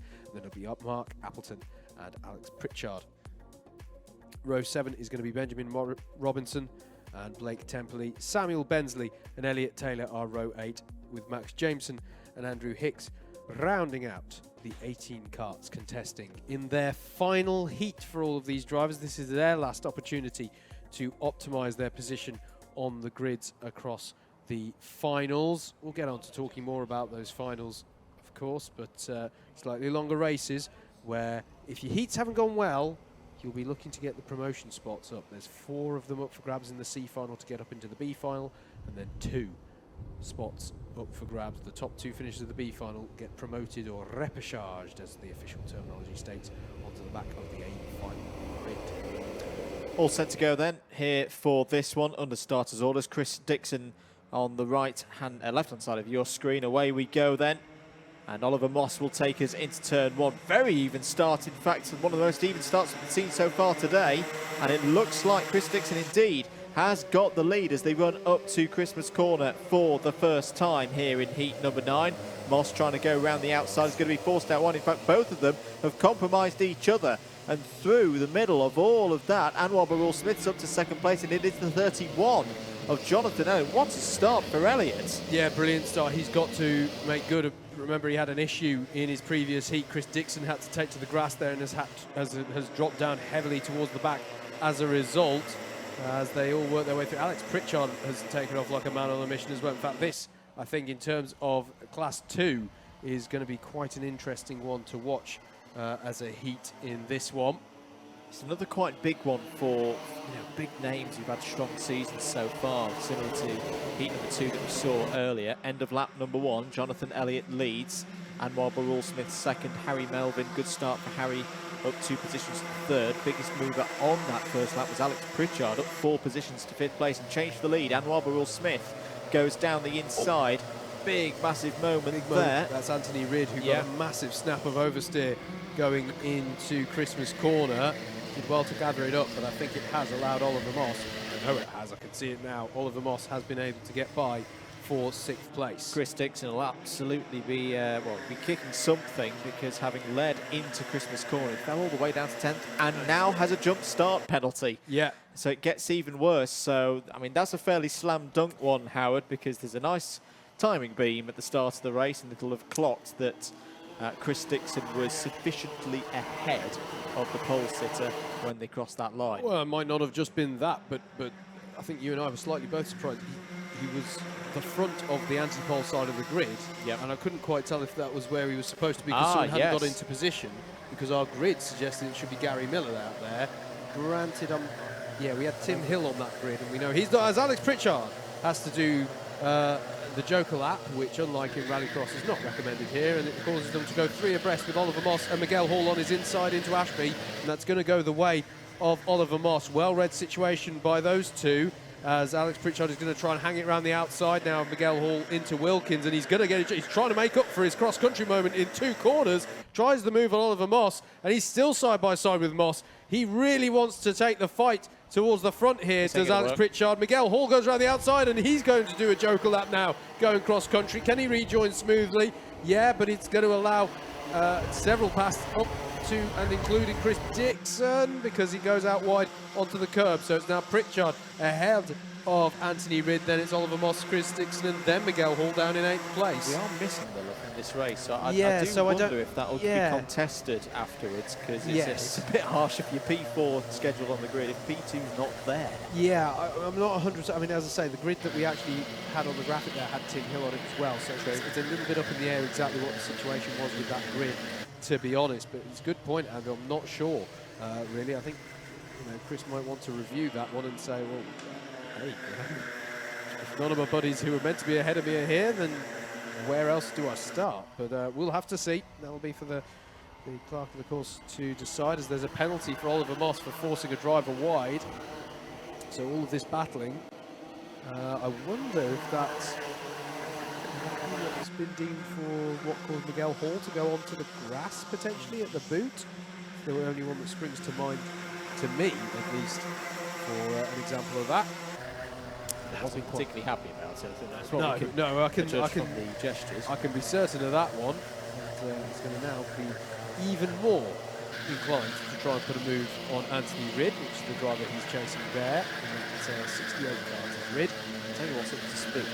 The Harry Melvin train. It's gone so quickly it no longer has carriages. It's flying out the front now in the top 3. Yeah, indeed. As Chris Dixon, who is now going to try and buy back into this race. I say that, he's been working his way up steadily throughout. But there goes Oliver Moss then, and slightly unusual place to put the pass in, and it allowed Anthony Ridd, or pushed him out wide, and that allowed Dixon and Miguel Hall to swoop through on both of them. A very interesting series of, we're seeing a lot of these interesting exchanges in the boot today in our heavyweights. Anwar Burrell-Smith leads. It's just put in a 53.7 to really tell Andrew where he can shove his estimate of heavyweight pace on that one, because that's quite an impressive. That's the fastest we've seen today from the heavyweights, a 53.7. Jonathan Elliott, 1.2 seconds behind though, is putting in some pretty impressive pace of his own. And yeah, the Melvin train's going well. The one-man train is going brilliantly, but it's still 1.1 seconds that he's got to close in on Jonathan Elliott. And I think in the 2 minutes that's left, and with the pace that Elliott seems to have been able to pull out in response, it might not be enough. But still a great running either way from Harry Melvin there in 3rd place. It's all right. I'll just refine what my barometer of a very fast lightweight lap is, and it's still half a second slower. All right, all right. Here's Oliver Moss. I want to make clear to everyone, Andrew's views are his own and not the official views of Double Dash Motorsport Media. Anthony Ridd on the tail of Miguel Hall. Sorry, you were talking about Oliver Moss? Yeah, no, he's doing some good pace. Last time around, 54.726. Hall feels the need to go a bit defensive there against Anthony Ridd, just to deter any moves into the corner. Good little battle happening behind them, by the way, currently being led by Blake Temperley. It's basically all of our Class 3 runners in this particular heat. They're really closely matched. Blake Temperley down in 9th, Elliot Taylor behind, Sam Bensley, Andrew Hicks, Max Jameson, all of them running really closely together. So bear that one in mind. On to the last lap, though, has gone Anwar Burrell-Smith, and this was the response that he needed to Joe Holmes' previous heat. Although I think it's still advantage Burrell-Smith, isn't it, after it is. Joe Holmes' problems in his first heat of the day. Miguel Hall still with Anthony Ridd's close attention on this final tour of the circuit. We'll next see these drivers in their respective final, depending on which one they have qualified for. But I think I've got a strong inkling of where this man may have qualified, or at least which final he's qualified into, because Anwar Burrell-Smith is going to come into the boot. He's got very little to worry about, has controlled this one very nicely, and Anwar Burrell-Smith is going to come round and take the win in heat number 9 for round 9 of the heavyweights. Jonathan Elliott, some important points on the board. He didn't have a perfect heat earlier on either, and so does well to finish in second. Harry Melvin with some impressive pace to finish third. Alex Pritchard sets a personal best on his way to 4th. Chris Dixon in 5th.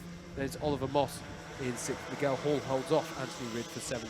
And Blake Temperley and Elliot Taylor, 2 of our Norris Class 3 runners, round out in the top 10 in a field that seems much reduced to the grid that I read out, because there's only 14 of them.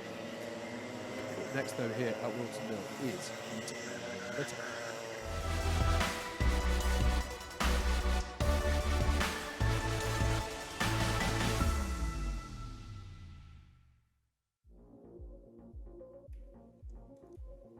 Here we go then with heavyweight sprint heat number 10. Your grid. Francesco Volpe starts on pole position. Tarek Almu alongside on the front row. Jordan Salter and Steve Lindley on row 2. Kieran Chigsey and Kevin Coombs are on the third row of the grid. Paul Jameson and James Small start on row 4. Mikey Nichols and Mike Bodner wrap out the top 10. Richard Allen and Joe Holmes start on row 6. Simon Kavanagh and Mark Bramford start row 7. Bradley Porter and Joel Arguelles are on row 8. Chris Solomon and Dom Cliff are on row 9. Jaden Cadigan wraps out the 19 kart field. So 3 races to go of the heats. And another grid with some interesting stories to play out here. Tarek Almu needs a good result in this one. Steve Lindley has had some good pace so far today. We've got Richard Allen and Joe Holmes trying to make their way through the order again. Worked well together so far. 7 minutes on the clock. The lights are green. We're racing at Whilton Mill. Good start for Volpe. Will lead into turn 1. Jordan Salter trying to force a way through into P2. He also needs a good race in this one. Mikey Nichols running out a little bit wide there through turn 2. Side by side. Here they go. Jordan Salter takes the lead and Steve Lindley trying to go around the outside for second place. Contact warning for Joe Holmes on the run up to Christmas corner, but that is just the start, Howard, that Jordan Salter was looking for in this race. Yeah, I was impressed by his drive up the hill there from the outside of turn 2. Just had the good run up the hill against Francesco Volpe there and was able to claim the advantage he developed by the braking zone for it. It looked to me like Steve Lindley was under pressure there into Oziers, and yeah, he's lost out, I think, there to Tarek Almu, who's seized third place back off of him. And now Almu applying pressure to Volpe, but well, we said, Andrew, that Salter had mixed fortunes today, as there's Richard Allen going side by side with James Small, but they both run very wide out of the final corner there. Joe Holmes' reaction wasn't to that, though. It was to the penalty that's just been issued to him via the DigiFlag display screen as he comes onto lap number 2. Was it a penalty or was it a contact? Sorry, warning. Yep, good spot, like that. And yeah, a bit of a resumption of what we saw earlier, as you said, Andrew. Richard Allen versus Joe Holmes. You say they worked well earlier. They did nearly come together in the boots when Richard Allen sprung a bit of a surprise. So we'll wait and see. But at the moment, it is Allen ahead of Holmes in this particular instance. No bother there, trying to get onto the back of Kieran Chigsey. Here's Volpe and Almu in their battle over second place. Don't want to hold each other up too much because I don't think they want Jordan Salter to get on up the road, but Tarek Almu would like to just get the job done, thank you very much, although runs a little bit, you've got to be careful there. That's a good move from Steve Lindley. Yeah, saw that Tarek Almu got out of shape through paddock bend and was decisive, got up the inside and got the move done for third place. Looks like Allen and Holmes have both gone past Mikey Nichols there. Mikey Nichols didn't put up too much of a defence, probably recognising these two very on-form drivers will move forward and give further opportunities. Almu back down the inside of Steve Lindley into Ashley. Good response there from the driver in the 173. Did he get the move done? I think he did. No, he didn't. He actually lost out more. Richard Allen is absolutely flying here. He's picking them off one by one. Let's go, he says, I think to Joe Holmes behind. This is brilliant stuff from Richard Allen. Joe Holmes trying to fight his way through, trying to follow, and has got 2 positions there. Tarek Almu forced out wide. Mikey Nichols gets a position in all of that as well. The digiboard's going to be very busy there, and the timing tower as well. So it's Salter from Volpe, Allen, Holmes, Lindley, Nichols, Almu. That's the top 7, and still very close. In fact, James Small is joining the fun now as well. Plenty of changes there. Richard Allen now all over the back of Francesco Volpe. He's a man on a mission here, is Richard Allen. And yeah, I mean, Joe Holmes did make a great overtake by Joe Holmes, double overtake in the boot as well. And look at this, down the inside of Oziers goes Richard Allen. Another lap, another move on somebody into Oziers' corner, to be honest with you. And now Joe Holmes follows through. So yeah, they are working together well-ish. But again, in the boot, there's a moment where I slightly tighten my throat as they come together nearly there. Yeah, but the experience of Richard Allen there, I think he recognised what was going on, just opened his steering up a little bit, get a contact warning for Joe Holmes, which I think, yeah, is a fair judgment there. In fact, Holmes is now going to go down the inside of Richard Allen and take second place. Yeah, absolutely. Is Richard Allen going to... I thought he was going to try and hang about around the outside for a second, but allows it to stand. Steve Lindley now on the back of Mikey Nichols. And Tarek Almu has got by Francesco Volpe as well for 4th place. All of this, Andrew, albeit with Joe Holmes and Richard Allen now in 2nd and 3rd respectively, may not remain this way, but all this is music to the ears of Jordan Salter for the time being, because nobody's yet come to the fore to challenge him. Yeah, it's a really, really good run this for Jordan Salter. I really like that move by Tarek Almu. We've mentioned it earlier, although he's just got a code penalty. There we go. That's not the move he was referring to. It doesn't look like it on camera, but it is so tricky to get that move right as Steve Lindley's having a go at Mikey Nichols now on the run up to Christmas Corner. It's not like Christmas where you can stamp on the brakes and use the incline of the hill against you. It's the complete opposite. It's so easy to snatch a rear brake. It's so easy to go on and have a pot-to-pod contact and pick up a penalty. That was nicely done by Tarek. He just eased off the brakes a little bit to get that slip up the inside, but have enough control with the car to get it stopped on the apex.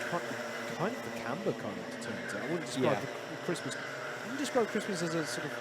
Well, it is kind of on camber just by way of being on a slope. That's what we're talking about on camber. It's not actually cambered as such at Christmas, but the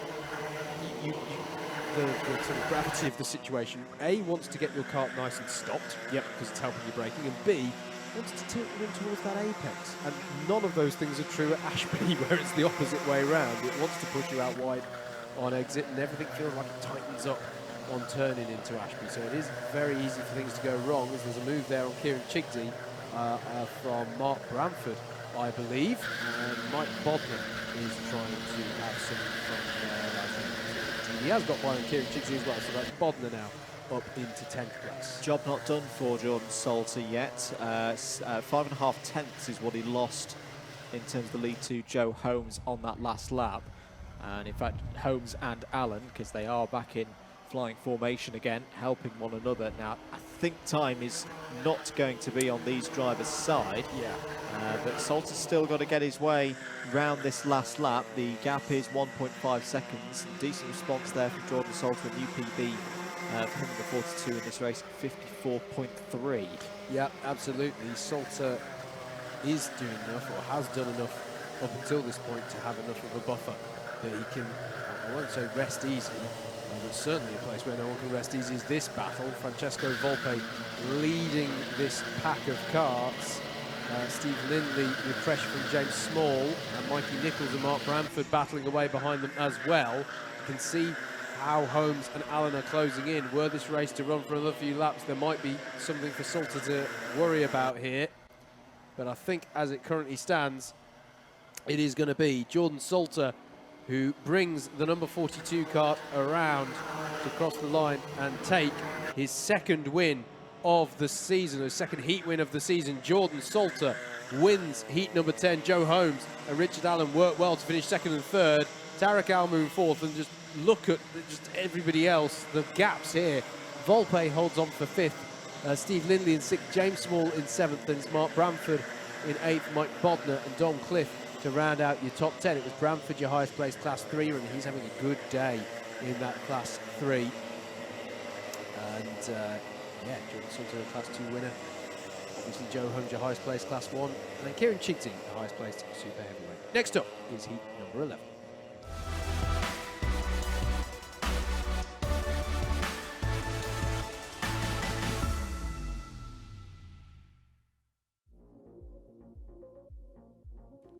Let's take you through a grid then for heat number 11. Kurt Holmes will start this one on pole position, with Andrew Cherry alongside. There we go. Chris Alcock and Richard Newton are row 2, with Lewis Ridd and Darren Townsley next up. Bill Taylor, points leader coming into today in super heavyweights. We'll start with Darrell Lowe alongside on row number 4. Jeremy Deeks and Lee Henderson round out the top 10, with Steve Bosley who will obviously be looking for a better heat than the last one, and Vijay Patel on row 6. Row 7 is Jack Bolton and Benjamin Wootton.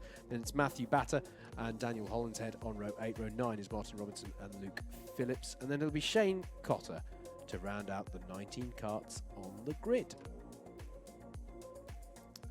2 more heats to go then, and then we'll get into our C, B and A finals of 12 minutes.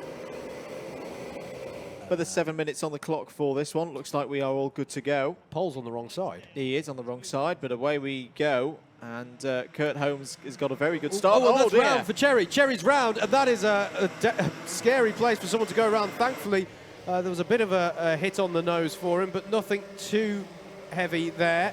And coming to the forward, that was Chris Alcott going for the lead and taking it in Christmas Corner. This is the most bizarre. I'm not surprised. That is the most bizarre start I've seen so far today.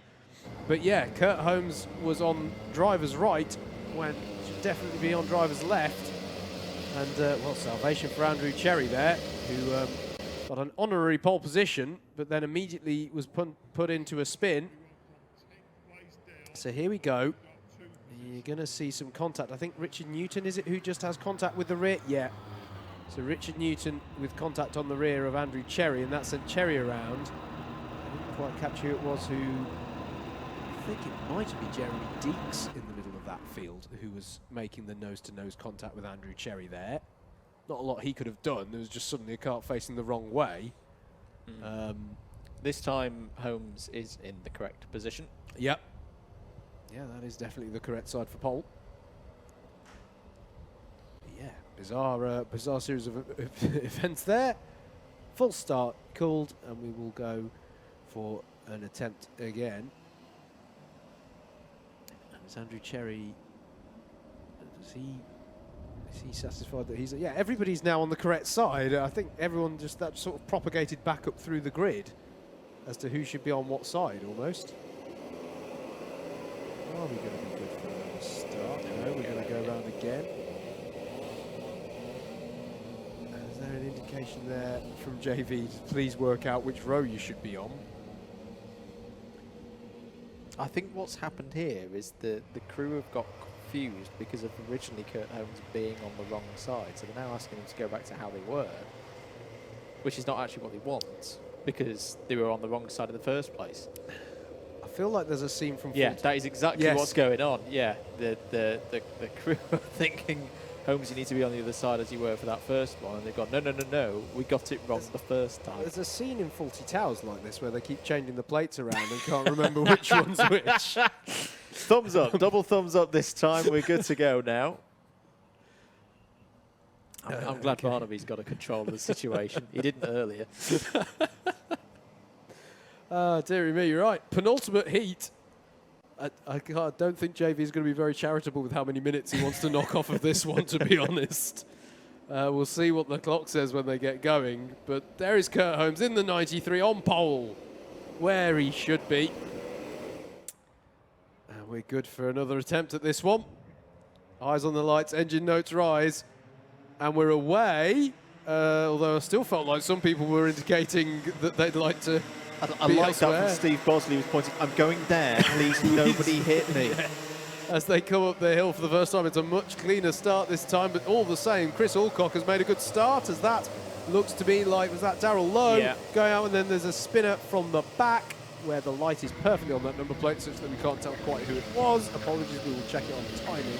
But yeah, Darrell Lowe nearly going round there, going a bit wide at Christmas Corner, but at the front, Andrew Cherry being put under a lot of pressure from the 72 of Steve Bosley, who I think has had a good start, Andrew, and needed it after the incident in his previous heat. Here, though, is the situation at the front. Kurt Holmes under pressure from Chris Alcock. In fact, is Alcock going to make the move into paddock corner? Nicely done move there. He's got to be careful about going that wide on corner exit, and it is Chris Alcock to the lead of the race. Good news, Steve Bosley has made it round lap 1 without an incident the first time here today.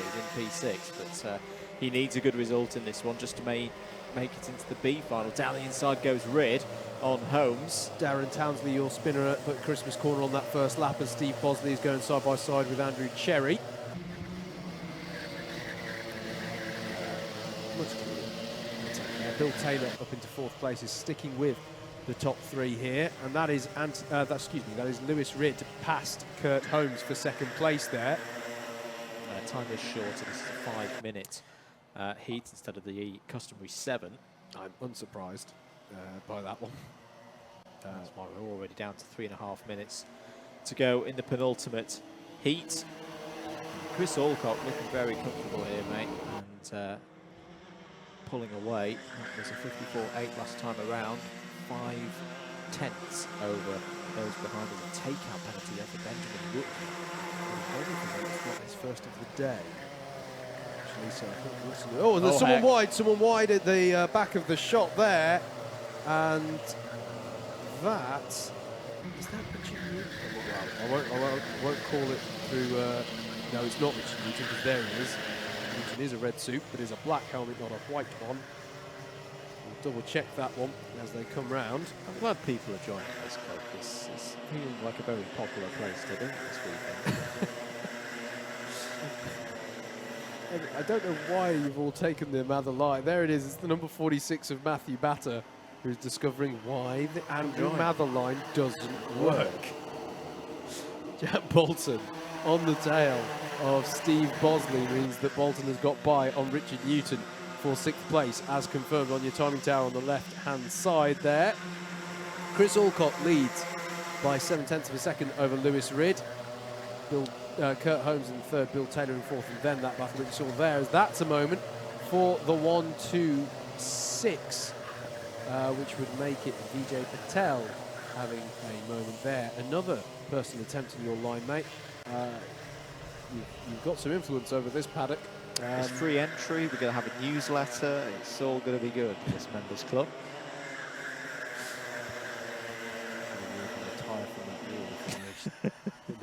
enough offs there. Jack Bolton applying the pressure to Steve Bosley, and he's going to swoop down the inside of the 2nd apex of the boot. Always a bit of a risk because it can end up slowing both of you down, but gets the job done, and nicely done there by Jack Bolton. Darrell Lowe and Lee Henderson on Jeremy Deeks on that lap as well, and it was Vijay Patel who had a bit of a moment at turn number 2. Richard Newton through on Steve Bosley at the top of the hill as well.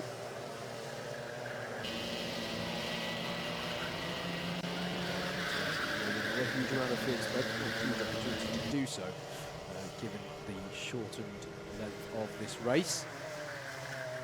Top 3, top 4 indeed, fairly equally distanced. We get to this pack currently led by Jack Bolton from 5th place down. In fact, Bolton is now pulling away slightly from Richard Newton there with 32. And we're already on the last lap. Chris Alcock setting a 53.8 as he starts it. Another good run this from Lee Henderson. Still some opportunities to get some points at the end of it. Absolutely. But yeah, this is where I think there are going to be any passes on the last lap of Ferrari. Darrell Lowe in the wheel tracks of Lee Henderson.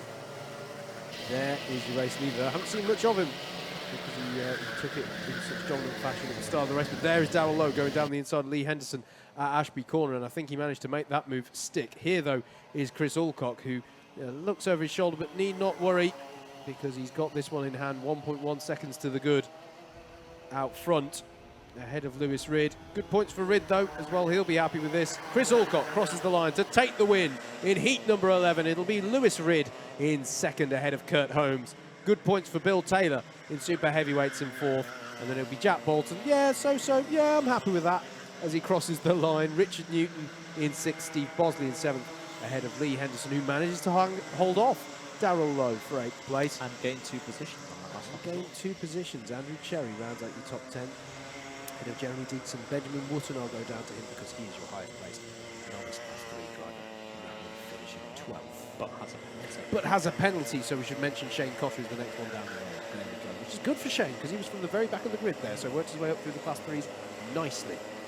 Heat number 12, the last heat of the day, ahead of the all-important finals, is coming up next here at Whilton Mill.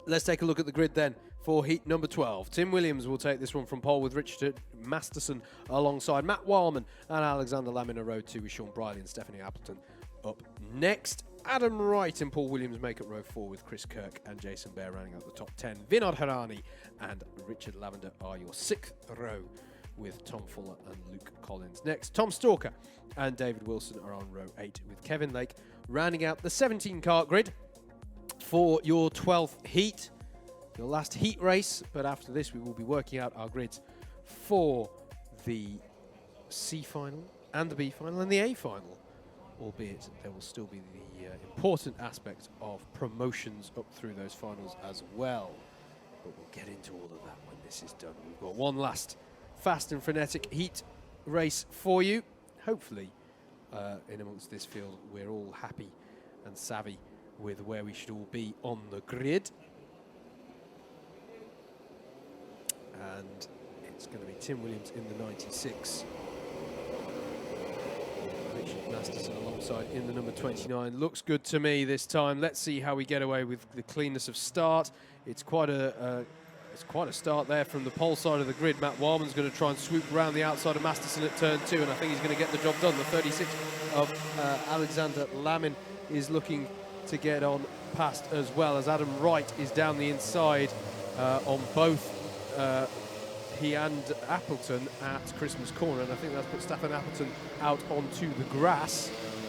But Matt Wildman has his eyes on the prize at the moment, chasing Tim Williams here in the middle sector. Here he is, the 70 chasing the 96. Feel like it's not the first time we've seen these two actually bump nose to tail on the track today. Jason Bear, I think, has got by on Alexander Lamin there, coming out of Wilkins. Yes, indeed, the 25 now ahead of the 36 as they come into the boot. We've got a spinner at Ashby Corner right on the apex. We'll double check who that is on timing as they come through. And at the moment, it is Tim Williams who leads ahead of Matt Wildman. Just Richard Masterson in second, Adam Wright in third. Looks to me like Kevin Lake, was your spinner at Ashby Corner for the lead, though. Matt Wildman down the inside of Tim Williams at Christmas Corner. Still not quite got the job done. We'll have to either commit or duck out of it. He ducks out of it for now and waits to make the move in another corner. Behind him, Adam Wright has got by on Richard Masterson, so change for third place, and Jason Bear still having to defend heavily against Alexander Lamin there for fifth. But down into Ozier's company battle. Here is Lamin's opportunity again. Half in attack and half in defence against Paul Williams there, with Richard Lavender in tow. As the leaders go through, Wildman's trying to tuck underneath Williams there. But again, he's going to have to wait for another corner. That looks like Tom Fuller, who's just made a move there on Richard Lavender. So Fuller up into 8th place. Looking pretty good so far in these heats for Matt Wildman, the round winner from Rye House earlier in the year, and down the inside he goes, going for the lead into Christmas Corner, and that was very straightforward for driver number 70. Tim Williams down to second place, and Adam Wright quickly approaching as well. Yeah, absolutely. Adam Wright, I don't want to sound harsh, he's optimised all his opportunities. Yeah. Feels like Wright has had a series of heats today where there haven't been too many Class 1 competitors to worry about. You play the field, you know, you play the hand you've been dealt. I'm not taking anything away from him. Just, I mean, just goes to show he's a very consistent driver. Always just brings home those solid results. But it does feel like the heats have been particularly conducive to that today, as he's now chasing Tim Williams over second place. You can only beat what's put in front of you, and Absolutely. that's what Adam's done so far today. He's going to try and line up Tim Williams here for second place, run up to Christmas Corner. Tim Williams, I think Tim's thinking as well, look, these guys, they are very, very quick drivers. There's an opportunity here to get a top 3 and some very strong points for his own day. No point fighting with drivers who probably over the course of the next 3 minutes I'm going to get by anyway. And still, Jason Bear is the cork in the bottle here, doing great, not to take away from him at all. Great defensive driving here in 5th place, but still Lamin can't find a way by, and Tom Fuller it is now who's on the tail of Lamin, wanting to get by. You used the term truly train earlier, mate. It feels a little bit like it could be applied to this situation. Oh, and there again, Lamin thought there was the opportunity, and Bear managed just at the last moment to swoop across and block off or deter a move there. And that means Tom Fuller is going to get ever the more impatient here as they come up the hill. Surely there's going to be someone trying a move at the top of the hill. Lamin tries to tuck underneath. Bear is going to come across to try and cover it. There is a cart width on driver's right. Tom Fuller's going to try and go around the outside this time. Will he be run out of road? No, he's going to have to slot back in. Paul Williams, the ever-experienced Paul Williams, is going to be trying to seize any opportunity that comes his way, but he's got Richard Lavender to worry about as well, and a recovering Stefan Appleton, who had that off-track moment on lap 1 or 2, trying to remember which one, trying to get back into this one as well. So from Jason Bear down, everyone's pretty much nose to tail. They are indeed, and that will be giving opportunities to those further down the order of gaining some strong positions in the next 2.5 minutes or so. C final coming up to coming up after this one. If you are enjoying the coverage, as Alexander Lamin has a little look there at Jason Bear, and you haven't already, please press that subscribe button on the Alpha Live YouTube channel, notification bell, give the stream a share as well, let folks know we've got some cracking finals coming up here at Whilton Mill. I thought Tom Fuller was going to have a little run there down the inside of Alexander Lamin. It's always the trouble when you're in a train like this, you know, if you're in Fuller's position and there's just one kart in front of you, you probably do go for a big lunge there. The risk with that doing it in this situation, you run into Jason Bear and take him out of the race, and everything goes very, very not so good at that point. And I just wonder if that was on Fuller's mind there. Luke Collins on the move past Richard Lavender, and Stefan Appleton has followed through as well. So Lavender down a couple of positions, unfortunately for him, on this lap. So I think that puts Collins up into ninth place on this one. And now Lamin's going to try into oblivion. He's just alongside, and that's surely going to pay off. Is Bear going to hang this one round yes, he is, but he's going to be vulnerable to Tom Fuller coming up the hill. Paul Williams is going to try and seize the opportunity on Alexander Lamin as well, down the inside of Christmas Corner, and does get the job done. And then Collins is going to have a go, and Appleton's going to have a go. Collins is the only other one to get through, though. So that attempt by Alexander Lamin into turn number 1 by Ashby Corner has seen him lose some 3 or 4 positions there. You've got to say, Andrew, I mean, it's his prerogative to do so, but Jason Bear, very defensive in this race. He does not want to let anyone by. This time, it has to be said that he has been passed, because Tom Fuller did get by in all of that. But yeah, Jason Bear has been defending all the way through this one. So he shall not pass. On to the last lap, though. Matt Wildman leads. Adam Wright in second. Tim Williams fairly comfortable in third. Richard Masterson must be wondering where everybody else is, to be perfectly honest. He's had a very quiet one, and in spite of all of Bear's defending, it's actually left these people behind him to fight over the scrap. Paul Williams read that well there and has got by on Luke Collins, who's defending against Richard Lavender. Stefan Appleton has now got by Lavender as well, so lots of change happening here. Need to keep an eye out front though, because Matt Wildman will be coming round to finish that one. Here he is. It's been a well-controlled drive from Matt Wildman. He's going to, I think, be very well positioned on that A final grid. Matt Wildman takes the win with Adam Wright in second, Tim Williams in third, Richard Masterson will take fourth, and it is a fastest lap of the race to finish off by Adam Wright in his achieving of second place. Tom Fuller in fifth, Jason Bear defending throughout to finish sixth, Paul Williams in seventh, and then a few changes in this section of the field on the last lap. Lamin in 8th, 9th for Appleton. Luke Collins, your highest placed novice class 3 driver. And then it was Richard Lavender, Tom Stalker, Vinod Harani, David Wilson. And unfortunately, there was an instant for Kieran. He hasn't crossed the line. There he is. And he'll come round to... There we go. Yeah. I like that, Kevin. That's what I'd do. So, yeah, brilliant stuff. And that concludes the heat races for your heavyweights. The all-important finals coming up. And... But as we look ahead to the finals races, I think it's time for us to take a look at one of the exciting opportunities coming up in the world of Club 100 as we look ahead to 2022.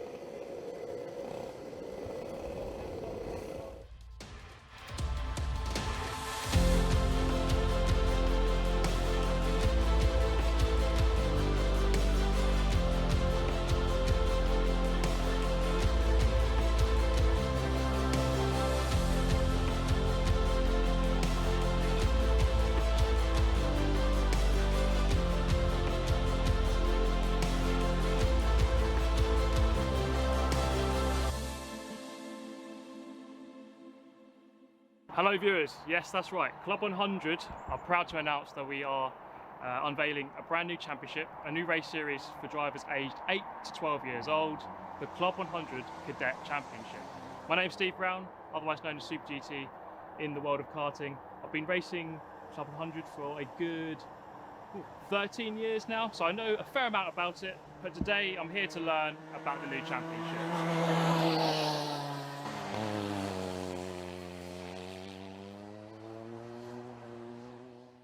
All right, I am joined by the main man himself, Mr. JV. It's good to see you as always. Thank you, Steve. Please tell me about the new championship. So the Club 100 Cadet Championship, it's an arrive and drive, high performance race championship designed for cadet age drivers from the age of 8 through to 12 years of age.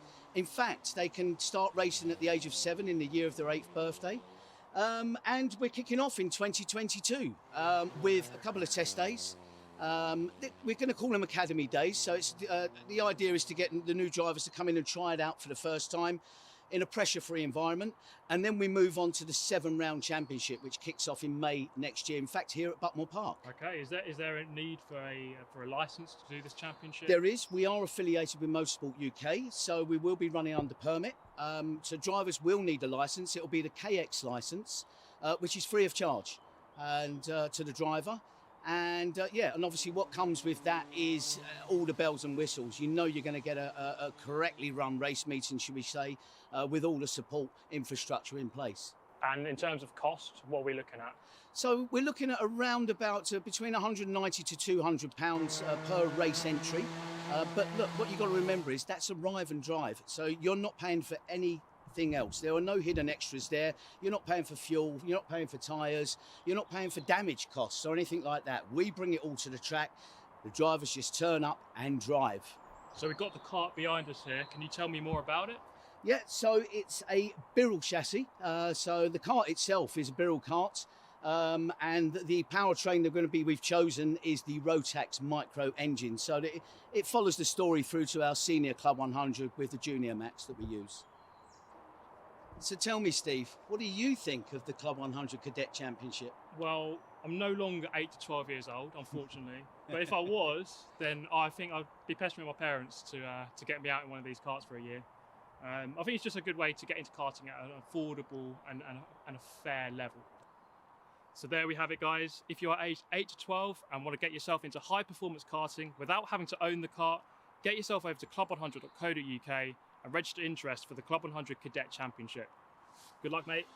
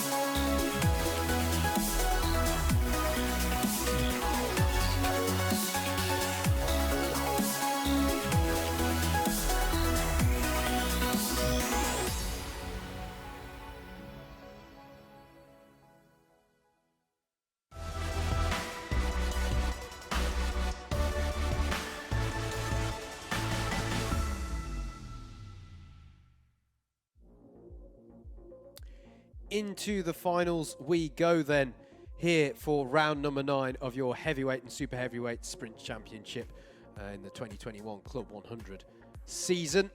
We are looking to go into our C final here at Whilton Mill. And I believe we can take you through the grid. We can't take you through the grid yet. Sorry for queuing you up and getting your hopes up, folks. We're still waiting on that one. But fantastic selection of championships and opportunities that we've just been seeing in Club 100, mate. Great stuff as ever. And the exciting news of the cadets as well to expand that portfolio of championships going into 2022. Yeah, I'm really looking forward to seeing how the cadet championship plays out. Excited to see some new talent coming into the Club 100 community. We've already seen from the Young Drivers Championship into this championship, especially in the lightweights, some great talent come through that. And for many years, you saw the ABkC there. That kind of served as the starting platform for a lot of people coming into Club 100, and it's done a very good job. I mean, we'll say we would not be here today if it wasn't for the ABkC. So, further strings to the bow of Club 100 to get more people doing this level of karting, having that platform to develop their skills, learn the racecraft, because that's really what you mainly learn here, I think, over, say, other series. Having more opportunities to get more people into it and kick off their racing careers, as it were, is a really good opportunity. So I'm all for it. Absolutely. And talking of honing your craft, we've had a bit of an indication here in the comms box, haven't we, mate? JV, John Viger, the man with the plan at Club 100, a lot happier with the driving standards today. Yes, in the heavyweights. It has been a topic of some conversation throughout the season, this one, but just popping in to say he's a lot happier with their conduct out on track today. And that's a well done, and keep it up. Not a that's a well done. That's not job done. That's this is exactly what they want to see for this and the remainder of the season. And well, to guess where JV's head is at, for every single round of the heavyweights ever held henceforth. Yes, please. And the lights. And the lights and every other championship. Yeah, confirmation as well that the mechanical that Joe Holmes suffered in his first heat of the day was indeed a chain sprocket issue. So that's what saw him pull over to the side of the road. Also had we're brilliantly helped by folks on the chat, and I had a WhatsApp to confirm the jump start for Chris Dixon was your conventional jump start, in that he was ahead of the pole man. So even if there was, if he was meant to be fourth, second, whatever, the key bit was he was ahead of the pole sitter across the start-finish line at lap 0, so that's why he got the penalty on that one. Ominously, some engines have just started outside our comms box, and I don't have a grid, and nor does Luke on the graphics, so we may have to call this one as we see it. Old school. That's how we're going to do this one. I have seen Steve Bosley out there. There he is, number 72. For those who weren't here this morning, this is all about the top 4, this race. If you win the top 4, we'll see you again in the B final. If you're 5th or any lower, thank you for coming. There's some points. That is the end of your racing day here today at Whilton Mill. What we can say, though, who have we got there on the 157? That's Luke Collins. I think, is it Andrew Hicks, the 149? I think so. Yeah, so they've got the best seats in the house to try and get into that top 4. We saw a very intriguing, as a word I like, C final in the lights this morning. Yeah, I do want to acknowledge this though, mate. So many of these drivers are novice class 3 runners, which to me says loads of people having a go at Club 100, coming and seeing what it has to offer for them in their racing. So I just want to echo that. A lot of people, looking to, it's been a crazy 18 months. People looking to maybe start new things, give new things a go. It's fantastic to see such healthy class 3 ranks here in the heavyweights. Now, though, we'll see who can bag the points and gain a spot on that B final grid. Away we go. Andrew Hicks leads them into turn number 1. I think there's going to be some penalties there because there was some tramline breakage. There were, yeah. So that will probably have been spotted because Samuel Bensley's gained a lot out of that. He's going for the lead into Christmas corner. Yep, absolutely. through. They go two abreast, three abreast.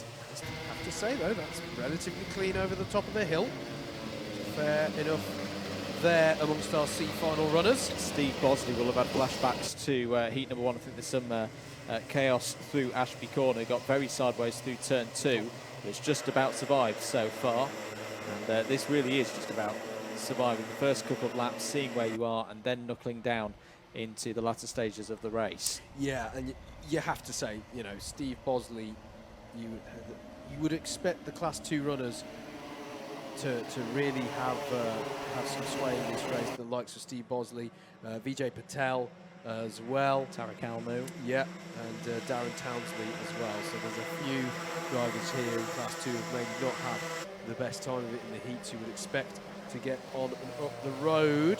As Steve Bosley is looking at the back of Tarek Almu there. Tarek Almu going for the move for getting past Bensley, and I think he got it done. Yep. And Bensley, yes, Bensley's been shuffled back outside of that top 4 now. Kevin Lake has had a cracking start onto the back of Andrew Hicks there. And there's only been one penalty so far, mate, which is for Luke Collins, which is an advantage by contact bump. Pass as somebody's going for the... It's Martin Robinson. Yeah. And Robinson is going to resume there.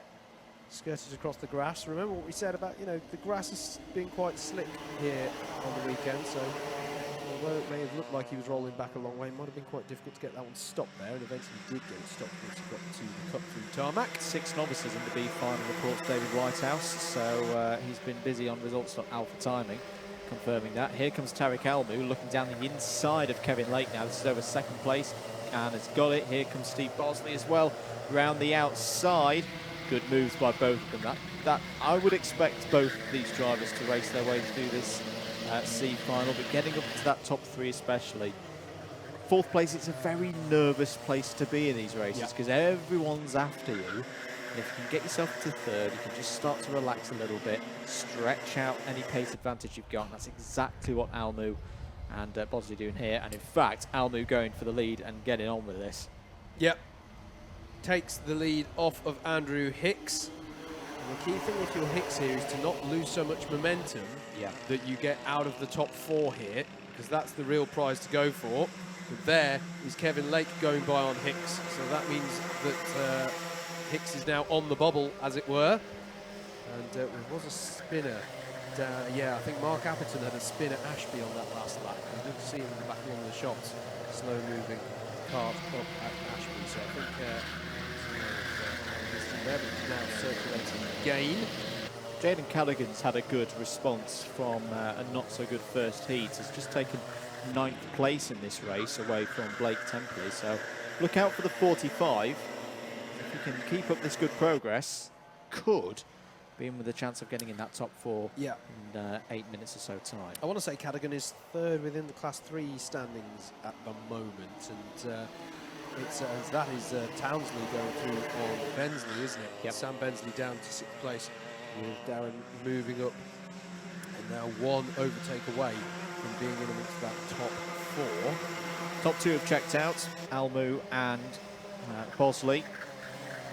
Kevin Lake, I would say, is on the brink of checking out as well. You can just pump in a couple more quick laps, break away from Andrew Hicks, and that leaves Andrew Hicks in a bit of a vulnerable position if you're on your own in 4th place.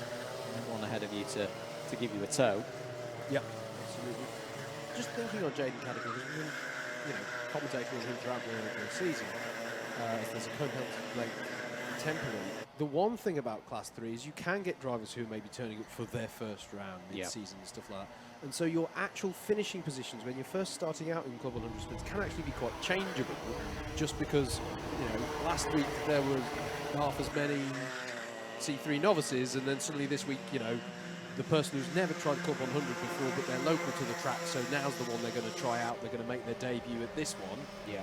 You know, it can really change how your results go. So the key thing, I think, in the Class 3, or one of the key things, if you're mounting a full campaign, is to keep the faith, as it were. Focus on the things that you can control. Don't worry so much about the out-and-out position all the time. Worry about your relative position, perhaps, more than, you know, is this my best points score of the whole season? as it's that Cherry having It's Hicks getting nervy. yeah. It's the classic P4 situation of someone's on your tail and that that place that you're holding is under threat, so you try and get into third. If you're Townsley in this state, you've just got to be patient. There's plenty of time remaining to get one of these positions. You don't need to get both of them. And you can see by the body language of Andrew Hicks's car that he's getting nervy. He's the one under pressure at the moment. And the chances are, if he goes for a big one to try and get third, makes a mistake, and that'll be the way that Townsley can get through. And of course, a bump and pass is going to be your promotion over. Yeah. So there's just no reason to rush these things. 6 minutes left on the clock at the halfway stage here, in which co-penalty coming in for Max Jameson there. David Wilson just got past Paul Jameson on the last lap. Another driver giving it a good go. Our BIKC heavyweight champion Joel Arguelles. Yep. It's up to 7th place. Trying to close in on Samuel Bensley. Enjoying his prize, of course, for winning that championship by competing. So, very good point there in the 15. You can see him actually catching up onto the back of this one, ducking his head. He was just in the back of that shot there, the number 15 of Arguelles, trying to get onto the back of this train. Good chance this for Townsley if he wants to have a go, but actually the pace up to Christmas means that they close in on Kevin Lake, and Townsley's in that situation we talked about earlier. You don't want to go for a big one when there's two ahead of you because he might collect the second driver, but he is going to go down the inside. Oh no! And he's taken himself out. Well, we said that he needed to be patient there with that move, and Darren Townsley's made a critical error there, and his race is over. That one was bizarre to me, Andrew. I'll confess, I was looking at the timing screen briefly for something, but There was a bit what of happened there was there? a bit of pod rubbish. And in yeah, fact, there's a penalty for forcing a driver wide. I think what happened there is he was down the inside, but just tried to squeeze across on Andrew Hicks, and I think probably a little bit unnecessarily.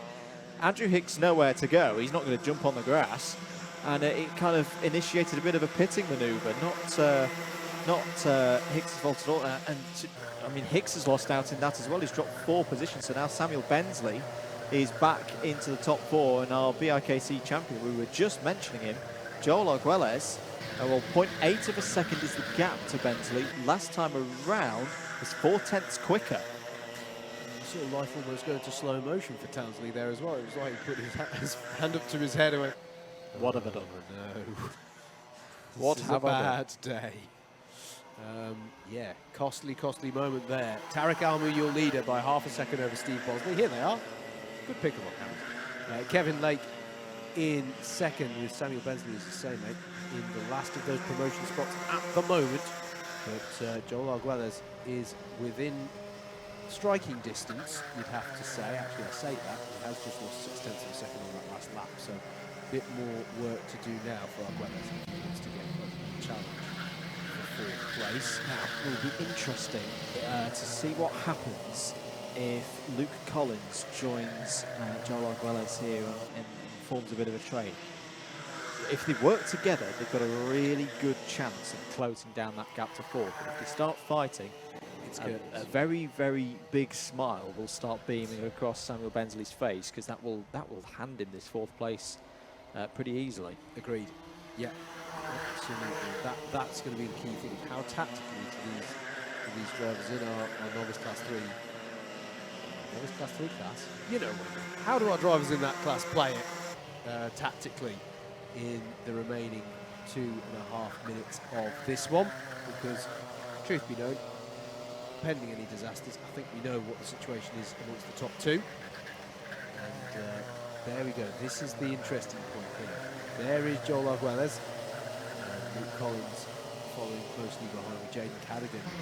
Hicks as well coming along for the ride. Oh, mistake there from Collins. Mistake from Collins. He just dipped his rear left into the grass on the braking zone, and it started to pivot the kart round. He did very well to save it, but Cadigan will have had a run there. It may have got through. I think we did see. I think I just saw the tip of Cadigan's helmet on that shot looking down to Ozier's. We'll need to confirm that next time around, but I think that may have allowed Jaden to get through. Here comes Kevin Lake. Sorry, mate. Less than 2 minutes to go.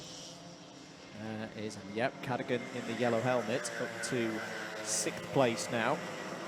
Pace like 54.8 last time around for Cadogan, 54.999 for 15, 55.398 for Bensley. The gap between 4th and 5th is 1.1 seconds. Came down by 0.4 of a second that lap, so Arguelles is pushing hard here.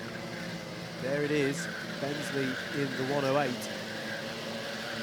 is at the moment your last promotee. Here's Cadogan and Collins. Now, for at least another lap, mate, to my mind, you need to resist. Oh, as Collins goes wide in Osiers. Yep. And that's going to take the pressure off of Jaden Cadogan in this 45 kart for a bit. This has been a nicely pieced together race from Jaden Cadogan, and it's not done yet. There's going to be 2 more laps. And what's the gap this time around? A little bit of time gone. Cadogan in the 54s again. Joel Arguelles has taken another 2.5 tenths out of Bensley on that lap, Andrew. But here is Cadogan. Now, do you work together or do you go for the pass? Because you work together. There's not a lot of time left, is there? But Bensley will be going, go on, Jaden, get stuck in. Hold up, Joel, for me. Hold up each other and let me have 4th place. Come into Osiers. Interestingly, Steve Bosley keeping Almu honest at the front, but I think they're both settling as they're both onto the last lap. They know that the bigger points are on offer in that B final. Kevin Lake is looking fairly secure for 3rd, but here is 4th place. And he's closed in by another 0.4 of a second, Andrew, on that last lap. Arguelles now, well, if he closes in the same amount again on this lap, he'll be right in with a challenge at the end of the lap. But what's Cadogan going to do? It's difficult for Cadogan because if he throws one down the inside in a desperate lunge, he definitely won't catch Bensley in 4th place. He's kind of just still got to be patient and trust that Arguelles is going to go for a move, and he really is right on the tail now of Bensley. Arguelles looking to defend. Don't really want to be doing that at this stage, and Bensley is just keeping enough of a gap ahead to not have to worry about a big lunge. There is Almu and Bosley over the line for 1st and 2nd. They'll go through. Here it is. Oh, I think Arguelles is just going to be short by 1 lap. He really has done well to close in this gap. Kevin Lake's going to go through, and Samuel Bensley on the line takes the 4th and final repechage spot through to the B final. Very entertaining race that from the C finalists, and good displays there from the top 4 and Joel Arguelles and Jaden Cadogan. Really, really good stuff to watch. Luke Collins was 7th. Andrew Hicks a little bit disappointed, I think. Bit of bad luck there in 8th place. Max Jameson 9th. Vijay Patel wraps out the top 10. Matthew Batter, Bradley Porter, Blake Temple, Tom Stock, and Dave Wilson takes down 15th. Benjamin Wotton in 16th. Mark Appleton 17th. Martin Robinson had a spin. Finishes in 18th. Darren Townsley will be kicking himself, I think, with that 19th place. And Paul Jameson brings us home in 20th. Absolutely. Congratulations then to, well, in particular to the 4 promotees. They will be back with us in just a moment, as we will be back with you with our B final.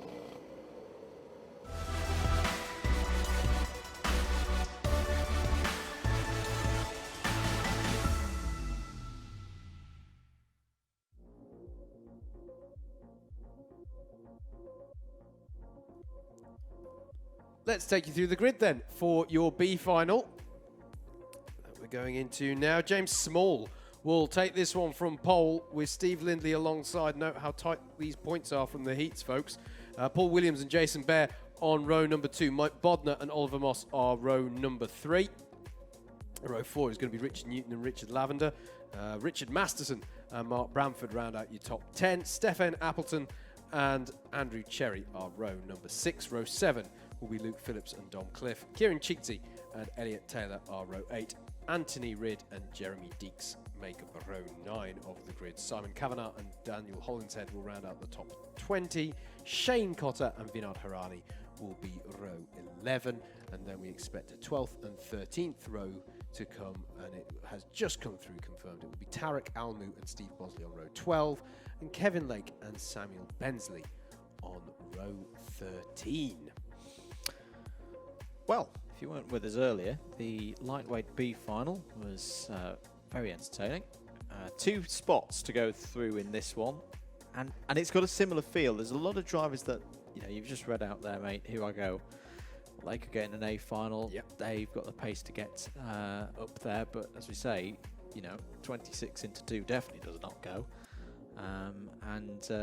Yeah, we should see some very, very tight racing across the course of the next 15 minutes or so. Absolutely. You think of some of the battles that we've seen: James Small, Steve Lindley, Paul Williams, Jason Baird defending so hard in his final heat. I'm thinking back to now, all these drivers. And I think some of them might be feel a little bit aggrieved that they are in this B final, Steve Lindley in particular. Yep, absolutely. In terms of Class 3, Mark Bramford is the highest placer on the grid of your Class 3 runners. Luke Phillips, Dom Cliff, Elliot Taylor, Daniel Hollinshead, Shane Cotter were your Class 3 novices who qualified outright for the B final, and they will now be joined by Sam Bensley and by Kevin Lake. Not in that order, sorry, that was the opposite way around they finished, but Kevin Lake and Sam Bensley from that C final will be joining them on row 13 of this grid. But it does mean that we will be finding out who takes home the spoils in terms of the trophies within Class 3. I'm just having a cheeky look at super heavyweights in the A final.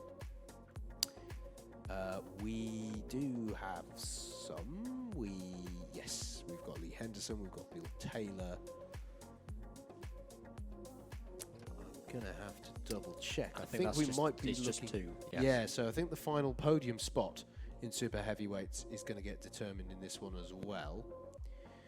So that's one to look out for. So your podium in Class 3 and your last podium spot in super heavyweights are what are up for grabs in this one, amongst other things. Mr. Whitehouse has chimed in again, saying that Paul Williams does the B final because he plays Northernomics. I don't think Paul from North, but he does it on purpose. He's always wanting the extra track time for his cash.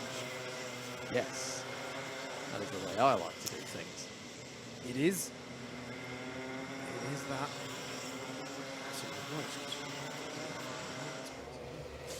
So, getting themselves ready then on formation for this B final, for this penultimate race of the weekend. It's been a very entertaining race meeting for Club 100 to come to Whilton Mill. And, as we mentioned earlier, the Club 100 machinery will be back in action here when the British Universities Karting Championship gets underway in mid-November. So it's certainly not the last time Club 100 karts will be tearing around this Whilton Mill circuit. And from the sounds of it, it's going to be a very busy weekend as well. It I is, think yes. Now that we're in a slightly calmer time, we're expecting a few teams that we sadly missed last year returning for that. More information coming up on that in due course. To make sure you're following all the various social medias, including at @MM on Facebook, Twitter, Instagram, and YouTube. Bringing more of that to you as the weeks go by. We're ready though for the heavyweight sprint B final. 12 minutes on the clock. 2 spots in the A final to play for. Away we go. Good start from James Small. Good start from Steve Lindley as well. So the front row will have the advantage as they run up the hill for the first time. Jason Baird and Paul Williams were side by side through turn 2, and up they stream, and oh dear, straight off. I think Mikey Nichols is involved, the number 83. Luke Phillips as well in the 83. So something happened there through Fine Lady at the pinch point. There's more drivers off towards, going through Boxing Day. So a bit of a scrappy start there from the heavyweights in this B final. And then, there's a spinner as well towards the back of the field through Ashby. So a number of drivers not having a happy time here. Yeah, a bit of a scruffle on yellow. You can see waving there for Ashby Corner. So driver to get recovered there. This is the 44 of Mike Bodner and Richard Lavender. Mark Bramford for company as well. As very wide line there. Paul Williams, I think, a little bit annoyed there. Very wide with him there into the boot, and it's caused everyone to check up behind them as well. as they come round to finish lap number 1. James Small leads, then Steve Lindley in second place. Oliver Moss in the number 7, the only other Class 1 runner other than James Small in this B final. There's a penalty for Steve Bosley for forcing the driver wide. And as Don Cliff is passed, sorry Andrew, by, it's Tarek Almu, going by Don Cliff there. I think Richard Lavender was running wide there. But what that does mean is that Steve Bosley, despite the fact that he was up to 10th at the end of lap 1, he will go no further. Yeah, Vinod Hirani, Simon Kavanagh, Elliot Taylor and Stefan Appleton, I think all drivers who had an incident or accident on that first lap. Unfortunately for them, this is Richard Masterson in the number 29 with Richard Newton for close company. So yeah, now that we've seen them get up to the B final, interesting to see, isn't it, how far up the order Tarek Almu and Steve Bosley can work themselves. Steve Bosley only looks at that. Yeah, unfortunately that penalty, he will not be able to go through to the final now. No, absolutely. Contact warning for Andrew Cherry, the number 23. So at the moment, Howard, this is looking like 2 from 3. Small, Lindley, Moss. 9-10 gap back to Jason Bear already. Looking at here, looks like Lavender going up the inside. As Mark Bramford there goes down the inside of Mike Bodner, I believe that wasn't. Here is the critical battle. Second place into the boot. Oliver Moss will not want to be the only Class 1 not to get up into that A final today, but likewise, Andrew, Steve Lindley would dearly love to be up there as well. So that is the critical battle, as James Small is now a little bit further up the road from these two as they begin to battle over that last promotion spot. Well, Steve Lindley said to me in the paddock at Baker Meadows that he didn't want to be described as a defensive driver. Well, we want you to be defensive. You've got to be now, Steve, mate. You've got to do it. Hold on to this second place. Yep. Richard Masterson still holding up Richard Newton there for 5th place. As the battle for the highest place Richard of the B final goes on, because there's quite a few of them in this field. The Richard section. The Richard section. 8.5 minutes to go. This top 3. I think at the moment this top 3 are just quite happy to stay like this, because Jason Bear is not too far behind. True.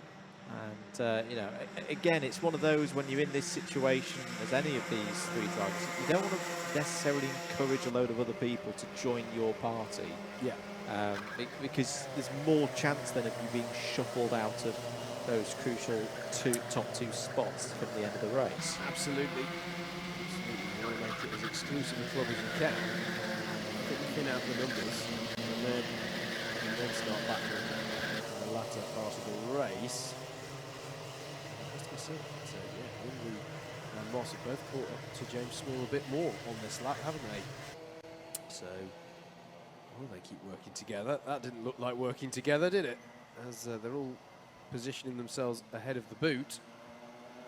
And here we go, Oliver Moss trying to tuck underneath Steve Lindley. And there's a clip of the monster curve there for Lindley. That'll be a warning. Yep, and he knows it as well. That's why he had his hand up there. And that's the trouble with that curve. If you turn in a gnats too early, it really, really does punish you. I've got to say, Andrew, it's easy for me to say it sat here in the comms box rather than out there. For me, the gloves are coming off a little too early in those top 3. If you're Jason Bear now, you're going, okay, bit of disquiet up front.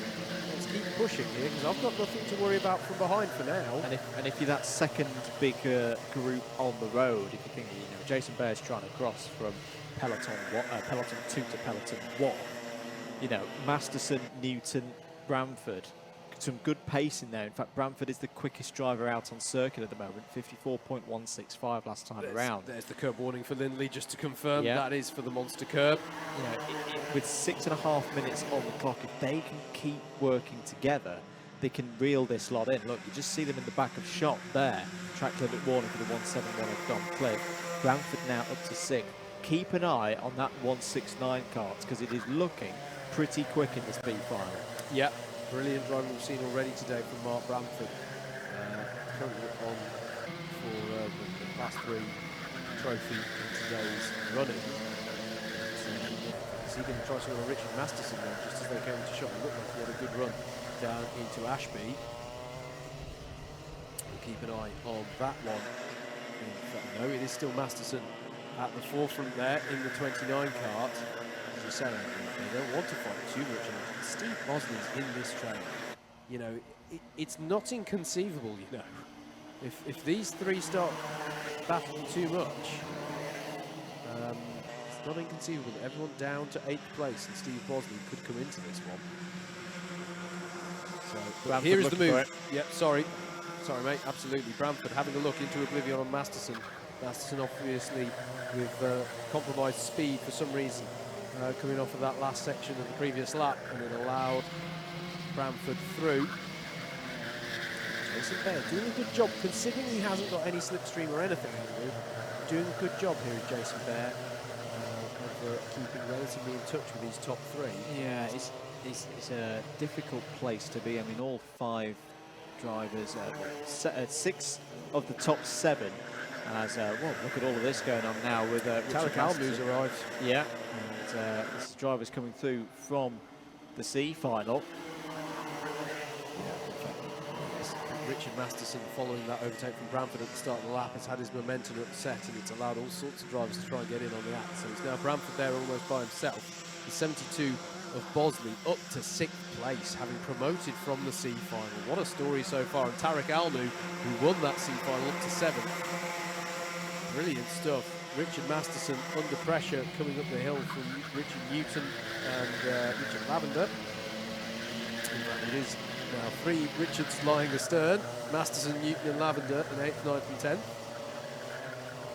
So at the moment, this top 3, the pace is 54.3, 54.4. Behind them, Jason Bear 54.6. Obviously with no slipstream at the moment. Bramford a 54.5 last time around. So they're doing enough at the moment. They're doing enough to stay away from the rest of the pack. They're not being reeled in. In fact, they're going a little bit quicker that time at the end of lap number 9.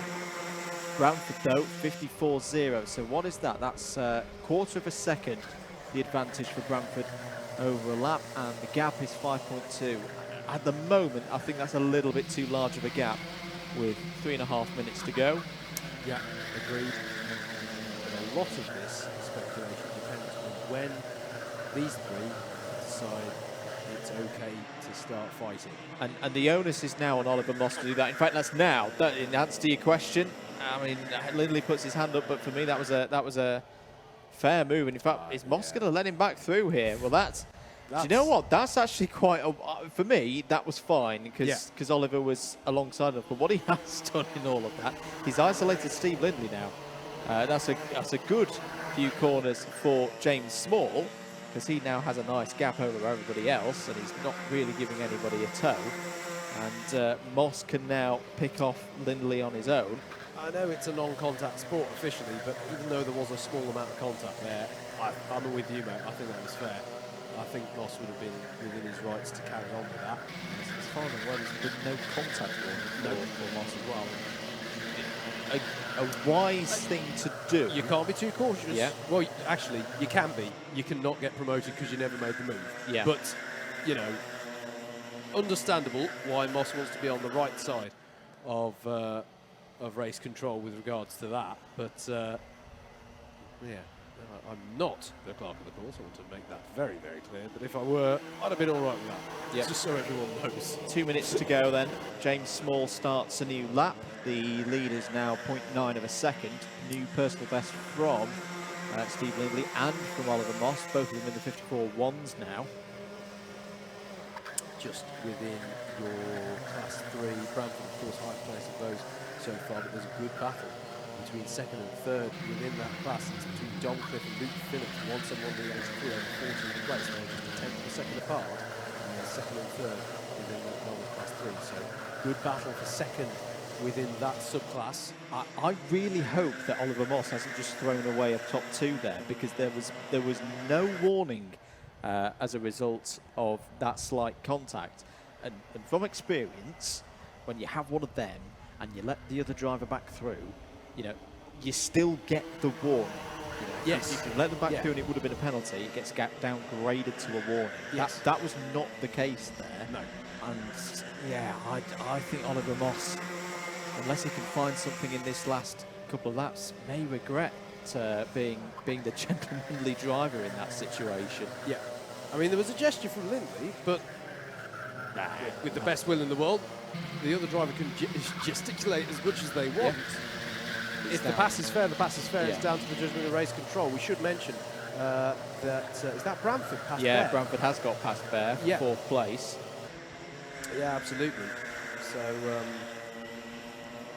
Moss having a much better lap this time around has closed into Steve Lindley now. There's going to be one more after this one. They'll cross the line with about 8 seconds to go. ironically, the difference this time is the last lap. You may as well go for that move, whether it's a bump and pass or not, in many regards. On to the last lap we go. James Small, we barely mentioned him, have controlled this race brilliantly. Oh, yeah. Half a second to the good over Steve Chance Lindley. him. And this is it. Will Oliver Moss go for a move on Steve Lindley? Can Lindley be the defensive driver and hold off Moss for 2nd place? All 3 of these drivers, I think, have driven very well, mate. Yep. They've all held their heads up high, but one of them will have to hold their head up high sooner because they won't be in the A final. This is where Moss made the move last time around. Lindley's going to go defensive. It's going to come down to the boot for last time. If Moss can get a good exit out of here, he could have a chance, but Lindley is going to be defensive now and has carried actually a very good speed. Is Moss going to throw it down the inside? No, Lindley closes the door. This has been a great defensive drive from Steve Lindley. James Small is going to go through to the A final, and Steve Lindley's going to make it as well. A very good drive from both of them. Oliver Moss misses out by 0.127 of a second. Look at this over the line. Steve Bosley goes from the back of the field to 5th, but does have a penalty, but good drive nonetheless. So it was Moss in 3rd. Mark Bramford is your top C3, wins in C3 in 4th place there. Very impressive driving from Mark. Steve Bosley 5th, Jason Bear 6th, Tarek Almu. In fact, I think once all the penalties have worked out, will be your biggest mover in that race. Finishes 7th on the road. Anthony Ridd 8th, Richard Lavender 9th, Richard Newton in 10th, 3rd in Super Heavyweight. Richard Masterson 11th, Mike Bodner, Paul Williams, Dom Cliff 2nd in C3, and Luke Phillips 3rd in C3. That takes us down to 15th overall. Jeremy Deeks, Samuel Bensley, Andrew Cherry, Daniel Hollenshed, Shane Cotter takes us down to 20th. Kevin Lake, Simon Kavanagh, Kieran Chigsey, Vidnard Hirani, Stefan Appleton, and that was all the runners at the end of the race. One at a time until the lead, which was Elliot Taylor. Congratulations to James Small and Steve Lindley. Entertaining race, mate. For me, for Oliver Moss, that's a bit of a case of the one that got away. Yeah, but he'll learn for next time, and it's still decent points as well, being in that position in the B final. Hopefully when it gets to lid, he'll be back in that A final.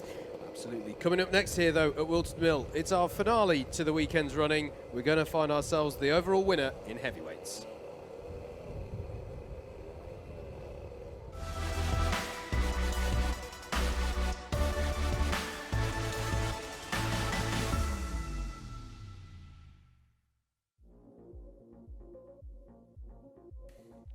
Let's take a look at your grid then for this A final. Anwar Barul Smith has earned himself the pole position, tied on points with Adam Wright, but takes it courtesy of the faster lap. 53.6 versus a 53.8. Richard Allen and Chris Alcock are your second row of the grid. Alex Pritchard and Jack Bolton will be row number 3. Tim Williams is going to be starting this one from 7th with Jordan Salter alongside. Jonathan Elliott and Miguel Hall round out your top 10. Lewis Ridd and Kurt Holmes are row number 6. Darrell Lowe and Chris Dixon will make up row 7 with Francesco Volpe and Lee Henderson next up.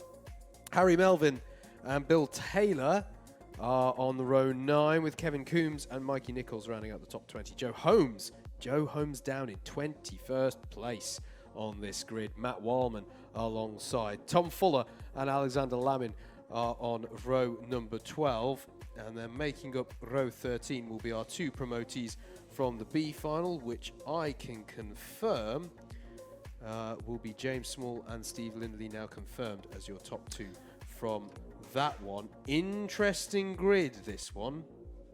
I think, mate, just to I'll run through some of the finer points on this one. Richard Allen in third on the grid, your highest placed Class 2 runner coming into this one.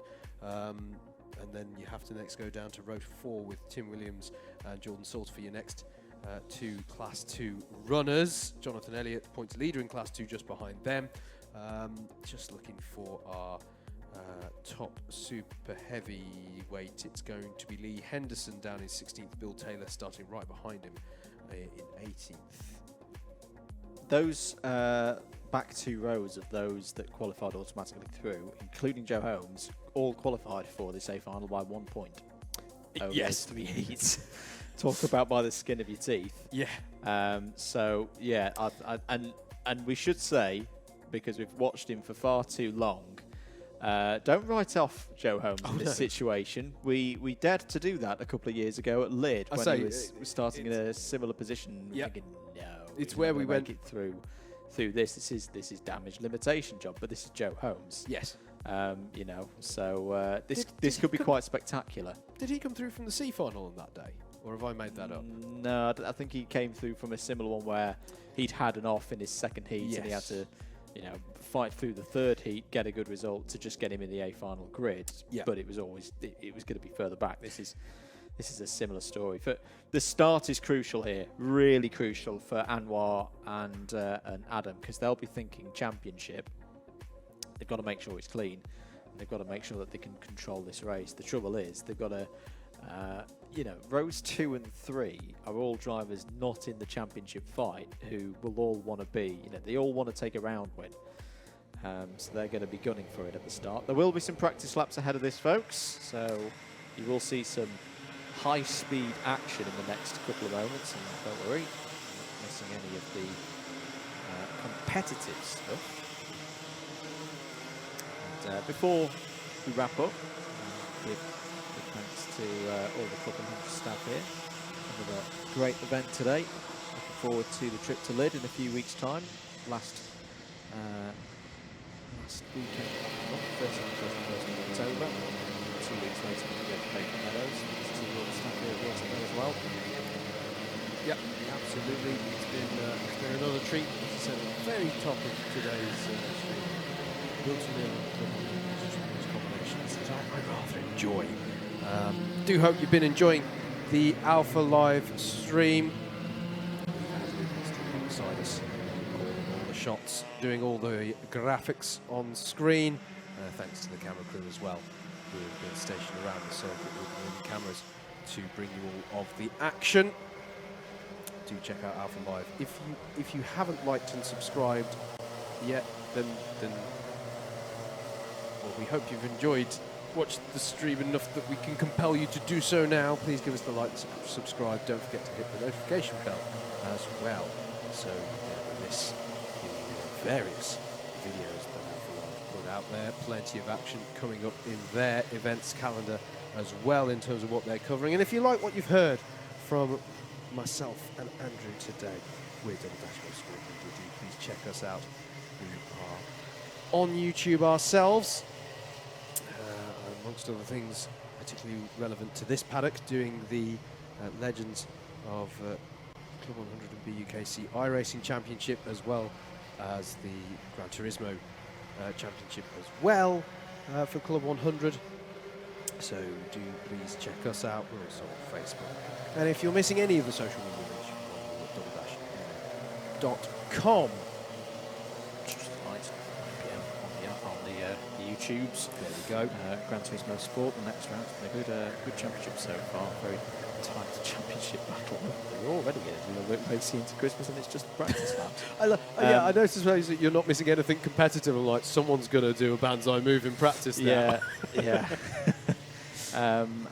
Yeah, keep an eye out on the socials on @double-dash-MM over the next few days, because we've got one of our biggest events of the year coming up this next week. Can we also do the cautionary point? If you are looking forward to our stream of Lid, unless I'm completely getting my calendar wrong, that is also the weekend that the clocks change, folks. So just bear that in mind if you're planning to tune in and planning your day. That's that weekend. It's the good one, though. We all get an extra hour in bed. It is.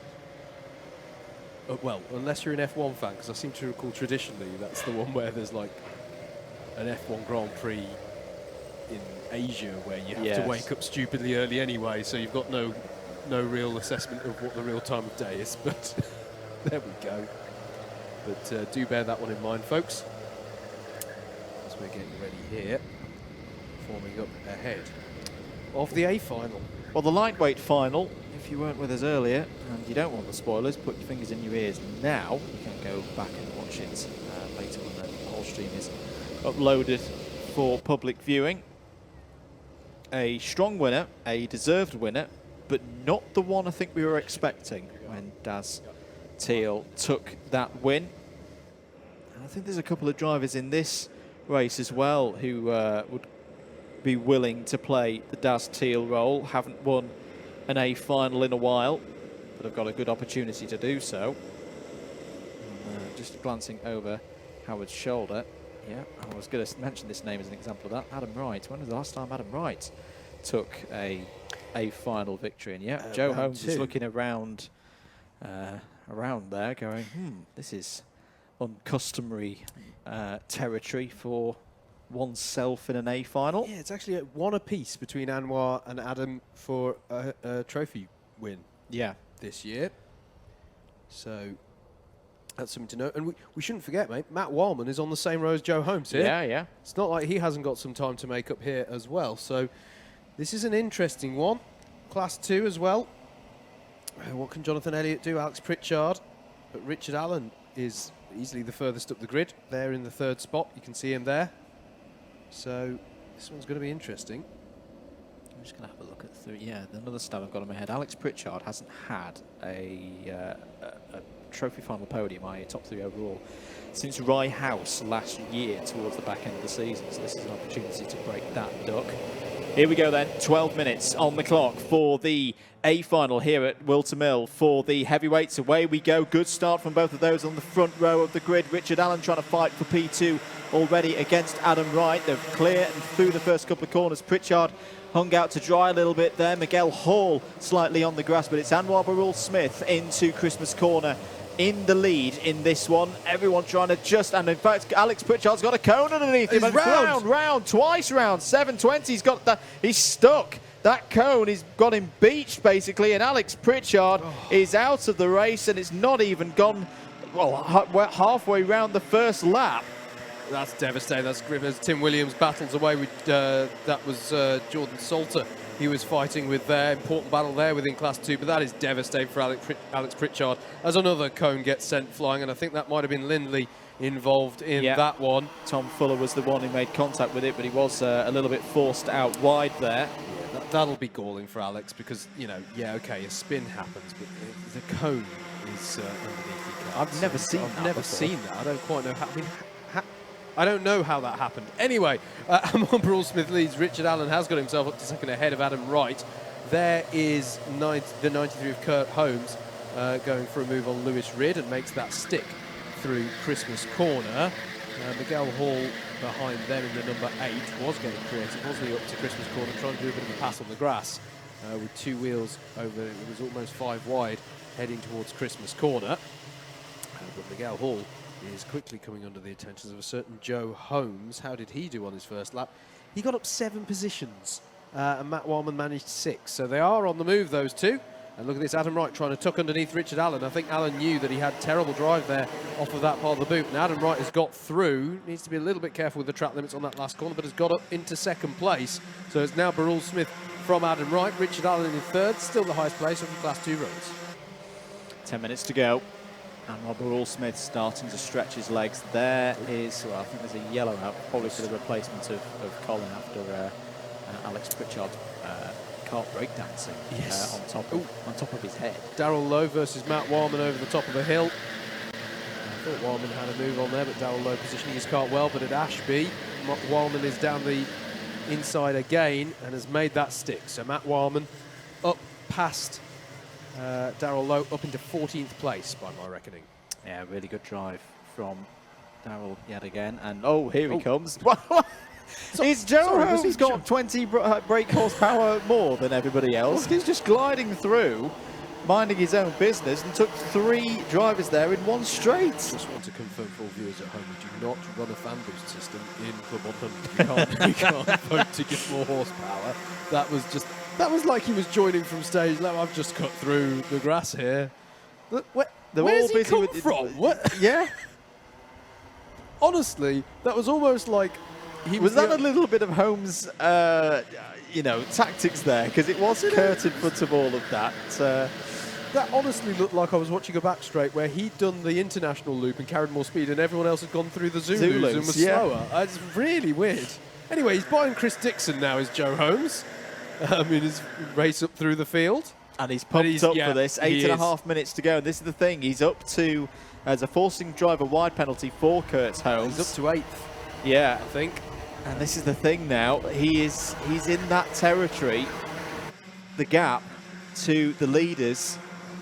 It's 4.5 seconds. And what have we got? We've got about 9 laps to go. Jonathan Elliott's next up. It's not inconceivable that Holmes gets in the top 5 here. Yeah. Here he goes up the inside of Jonathan Elliott. That's 7th place. He is now into that stage with it being a bit more spread out at the front. He's just picking them off one by one. Yeah, Miguel Hall having a battle with with Matt Wildman there. But we sometimes in the British Universities Karting Championship, mate, talk about the concept of big name on circuit. Yes. It sort of references the university idea of a big name on campus. But it's worth mentioning here, a lot of these drivers know what... that's Joe Holmes. Right. Yes. Through you go, and there's Chris Dixon having a go now at Jonathan Elliott, and he's got through there, and that's left Elliott exposed as well to further attack from Lewis Reid. Indeed it has. 53.7 that time around from Joe, so that is his pure pace at this stage of the race. And Elliott needs to be careful because that will happen. Kurt Holmes sees the opportunity and has got by, and that's more significant in terms of who gets to stand on a podium for Class 2 come the end of the day. Kurt Holmes now ahead of Jonathan Elliott after that exchange. Very interesting to work out what this quartet do here. And oh no, thinks Tim Williams. He checks over his shoulder, sees G3 Joe on the move and closing in. What do this quartet do now? I mean, the worst thing to do now would be panic as Joe comes along. They haven't got the pace of Anwar or Adam Wright at the moment. Sorry, Andrew. Jack Bolton was trying to get the switch back on Chris Alcock, and he's made it work. He's going to challenge him onto this, but they're going to both go wide, surely. Well, Alcock went wide, certainly, but that's allowed Tim Williams to get through on Jack Bolton there. That's the first thing that happens in this quartet. Some infighting. Yeah, and that's not what they want to be doing because they're losing time now to those behind. And here he is, the number 1, the reigning champion, trying to defend his title here in 2021. He's right on the tail of Jack Bolton now. Does he pull the trigger and go for 6th? Yes, he does, down the inside into Ashby, deep on the brakes. He's got it done. There's the finger point to say, come on, let's go. And it is in Bolton's self-interest now to comply with that because Joe's going to keep going here. And if Jack could just sit in his wake in a way, he's going to gain positions himself. 6 minutes to go, and the gap between Joe Holmes and the front of this field with Anwar Brule-Smith is 4 seconds. It's coming down quick enough the gap that Joe could catch the leaders here. And just to be clear, Adam Wright keeping Brule-Smith honest here. It's only 2/10 between those two. And as I say, they've got one trophy final win apiece this season. They'll both want that. But at the moment, if they start battling, they need to try and pull out a gap here. And at the moment, that's not quite happening. Here we go on Chris Alcock. Now Joe Holmes is attacking. He's going to be on the outside of Inkermans. That's not going to be an easy place to get the move done. But somehow he's going to get the move done around the outside of Ashby Corner. I think Chris Alcock's like, well, I may as well follow you through. And that is Joe Holmes. And now Jack Bolton's going to seize the opportunity down the inside of Chris Alcock into Ozier's corner. Chris Dixon in the green helmet there will want to go. I think Chris Alcock's rather annoyed with how this lap has gone. But however everyone's feeling, Joe Holmes is now up into 5th place by my maths. Fastest driver. And changed the lead. Adam Wright's gone through past Anwar Brule-Smith. So I just wonder, is that them switching because Adam's got a bit more pace? Is that tactical? No. Anwar's going back down the inside into Christmas Corner. Chris Dixon, by the way, is currently the fastest driver out on circuit. He's set a fastest lap of a 53.552, so watch out for him. And this they are battling, and this is going to encourage this second group onto them, and Joe Holmes from the back of the field is now on the podium. And significantly in that, Andrew, does that mean that Richard Allen and Tim Williams have now swapped places in the highest placed Class 2 runner as well, I think in that exchange? Right. So this is the thing. All of the, well, 3 of the top 4 in the championship are going to be in the top 3 here come the end of the race. The one man who's missing out on that is Matt Wildman, has not been able to make up the same kind of progress that Joe Holmes has. And there you see it, Joe Holmes up to 3rd place, and Tim Williams ahead of Richard Allen now in the battle over who takes home the trophy in Class 2. So here's the question. Can Joe Holmes make up that gap and get onto these two? Are these two aware of that threat, and are they going to fight? And there's a lot of different permutations that can play out here with 3.5 minutes to go. They cannot fight at this stage of the race because the rate, if you think of it as minutes to seconds, Joe Holmes has been taking out more than 1 second in that gap every single minute of the race so far. 2.7 is the gap, and there's more than 3 minutes of this race to go. Just to do some housekeeping on the other classes, Lee Henderson, highest placed super heavyweight, currently running in 19th place. Bill Taylor is in 21st. They're fighting again, Howard, and in fact now they're starting to communicate a little bit more. Adam Wright did not go down the inside. Yellow out for turns 1 and 2. Sorry, Howard, I cut across you there. No, it's fine. Just wanted to say they're close to go, and there's a driver in the wall, and is that Volpe? Yeah, although Chris Alcock's also dropping down the order here, Andrew. Chris Alcock is tumbling down the timing sheets. So drama's there for Volpe and Alcock. They're both dropping down, and that is Chris Alcock. Chris Alcock looks in a bit of he's not happy, is he? There's something up there being attended to, just to check he's all right. But yeah, only 2 karts separate the top 2 in Super. It has 3 karts now because Steve Lindley has just got by on Lee Henderson. But there's battles to be had in Super Heavyweights, there's battles to be had in Class 2, and there's certainly, Andrew, a battle to be had here in Class number 1. 7/10 is what Joe took out of the 2 leaders last time around. 2 minutes to go. What is the gap now? 1.7. That's still, it's still 4/10. Well, there or thereabouts, quicker than Anwar, your race leader at this stage of the race. And this is nervy, nervy times for Anwar Barul Smith and Adam Wright because their title rival is on the charge here. It's almost reminiscent to the Formula 1 a few weeks ago with Max Verstappen. No one was expecting him to be in this position. I'll be honest, we've seen Joe Holmes do this so many times before. Look at the train, though, as well, that's going on. Jack Bolton, Chris Dixon, Kurt Holmes, Jonathan Elliott, Lewis Ridmatt, they're all separated by mere tenths. There's a right old train in the mid-pack of this one as well to keep you entertained. So it's difficult to know. It's our job to direct you around the action. It's difficult for us to know what to say in that regard. But I think we have to understandably stick with the battle going on here. But the battle for Class 2 is just in the back of your shot as well. What's going to be interesting is if the likes of Bolton and Dixon do Tim Williams a favour and start hounding the back of Richard Allen. That's going to be interesting. Look at how Holmes is closing here. And the thing is, if you're Adam Wright, you're going, well, heck, I want the win. Yeah. I want to start battling here. This is the penultimate lap of this final. There's a yellow flag, is there, down into Ashby Corner. But there's no yellow for the next one, so that suggests to me that Chris Alcock has been cleared. That'll be this lap plus 1 more. And to be fair, the pace of the 2 leaders has been pretty good on this lap. Adam Wright, it's his you can see his racer's instinct there, wanting to go for the move on Anwar. But he's knowing that in this situation, you go for first, you risk ending up 3rd because Joe is right there. This is the last lap. Anwar Barul Smith leads it. Adam Wright 2nd. Joe Holmes is there in 3rd place. It's going to be these 3 surely on the podium unless something extraordinary happens. But does Adam Wright brave it? Does he go for the move? Does he go for that overtake? Not into Christmas. That's one of the opportunities for Adam Wright over.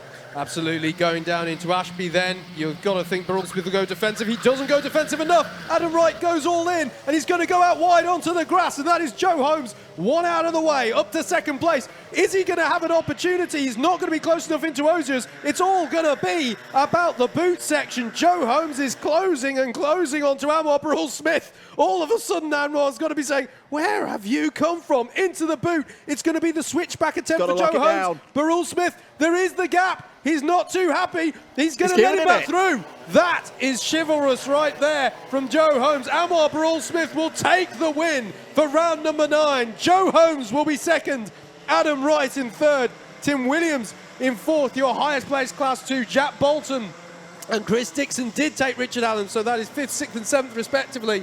Lewis Ridd in 8th, 9th for Jonathan Elliott sees him round out your podium for Class 2 as head of Kurt Holmes in 10th, Matt Wildman in 11th, Jordan Salter in 12th, and it was Miguel Hall, Mikey Nichols, James Small in 15th place, Tom Fuller in 16th. Congratulations to Bill Taylor for that super heavyweight win in 14th.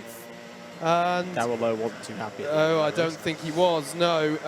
Harry Melvin in 18th, Lee Henderson in 19th, and second in super heavyweight. Steve Lindley rounds up the top 20, then it was Darrell Lowe, Kevin Coombs, Alex Lamin, Francesco Volpe, I have to say, kept on circulating. Here's the replay, though, Andrew. This is going to be an interesting one. I think Joe gave him it back for fear of getting a plus foot. I mean, actually, yeah, there is a tap. There is a significant tap on the rear right, and yeah. Well, I mean, it's a remarkable result nonetheless from the back of the field. It absolutely is. I just and a first A final win for Anwar in far too long as well. He's worked hard for that, so good to see him back on the top step. So this is the thing. We've spoken not for the first time. We've spoken already today about how drivers need to almost stop it on a dime there and not give the room on the inside when a driver's trying to get the switch pivot back. Opportunity to get underneath at all. And that's borderline for me. That's do you know what? I can't say I'd have been as gentlemanly as Joe Holmes in that situation. Yeah. I'm going to be honest with you all. I think I'd have tried to argue the case after the fact or something. But hey, maybe it guarantees in the second place spot. Good points for Joe Holmes. This one's going to be fantastic for the rest of the season, I can tell. So brilliant stuff. And it brings to the end, mate, I think a really good day's running in general here in Club 100 at Whilton Mill. It's been thoroughly entertaining for me. Yep. I think we've both enjoyed it. So a big thank you to everyone who makes it possible. Yeah, absolutely. Thank you to all of our team here as part of the Alpha Live stream today. And another one in the can. 2 more of these to go as well. Remember, for the first time, we'll bring you all of the action all the way to the end of this Club 100 season. We will be back on the weekend of the 30th and the 31st of October for our second trip to Planet Lid for the year, before 2 weeks later, the 13th and 14th of November, the season finale back at Bayford Meadows on the Sunday.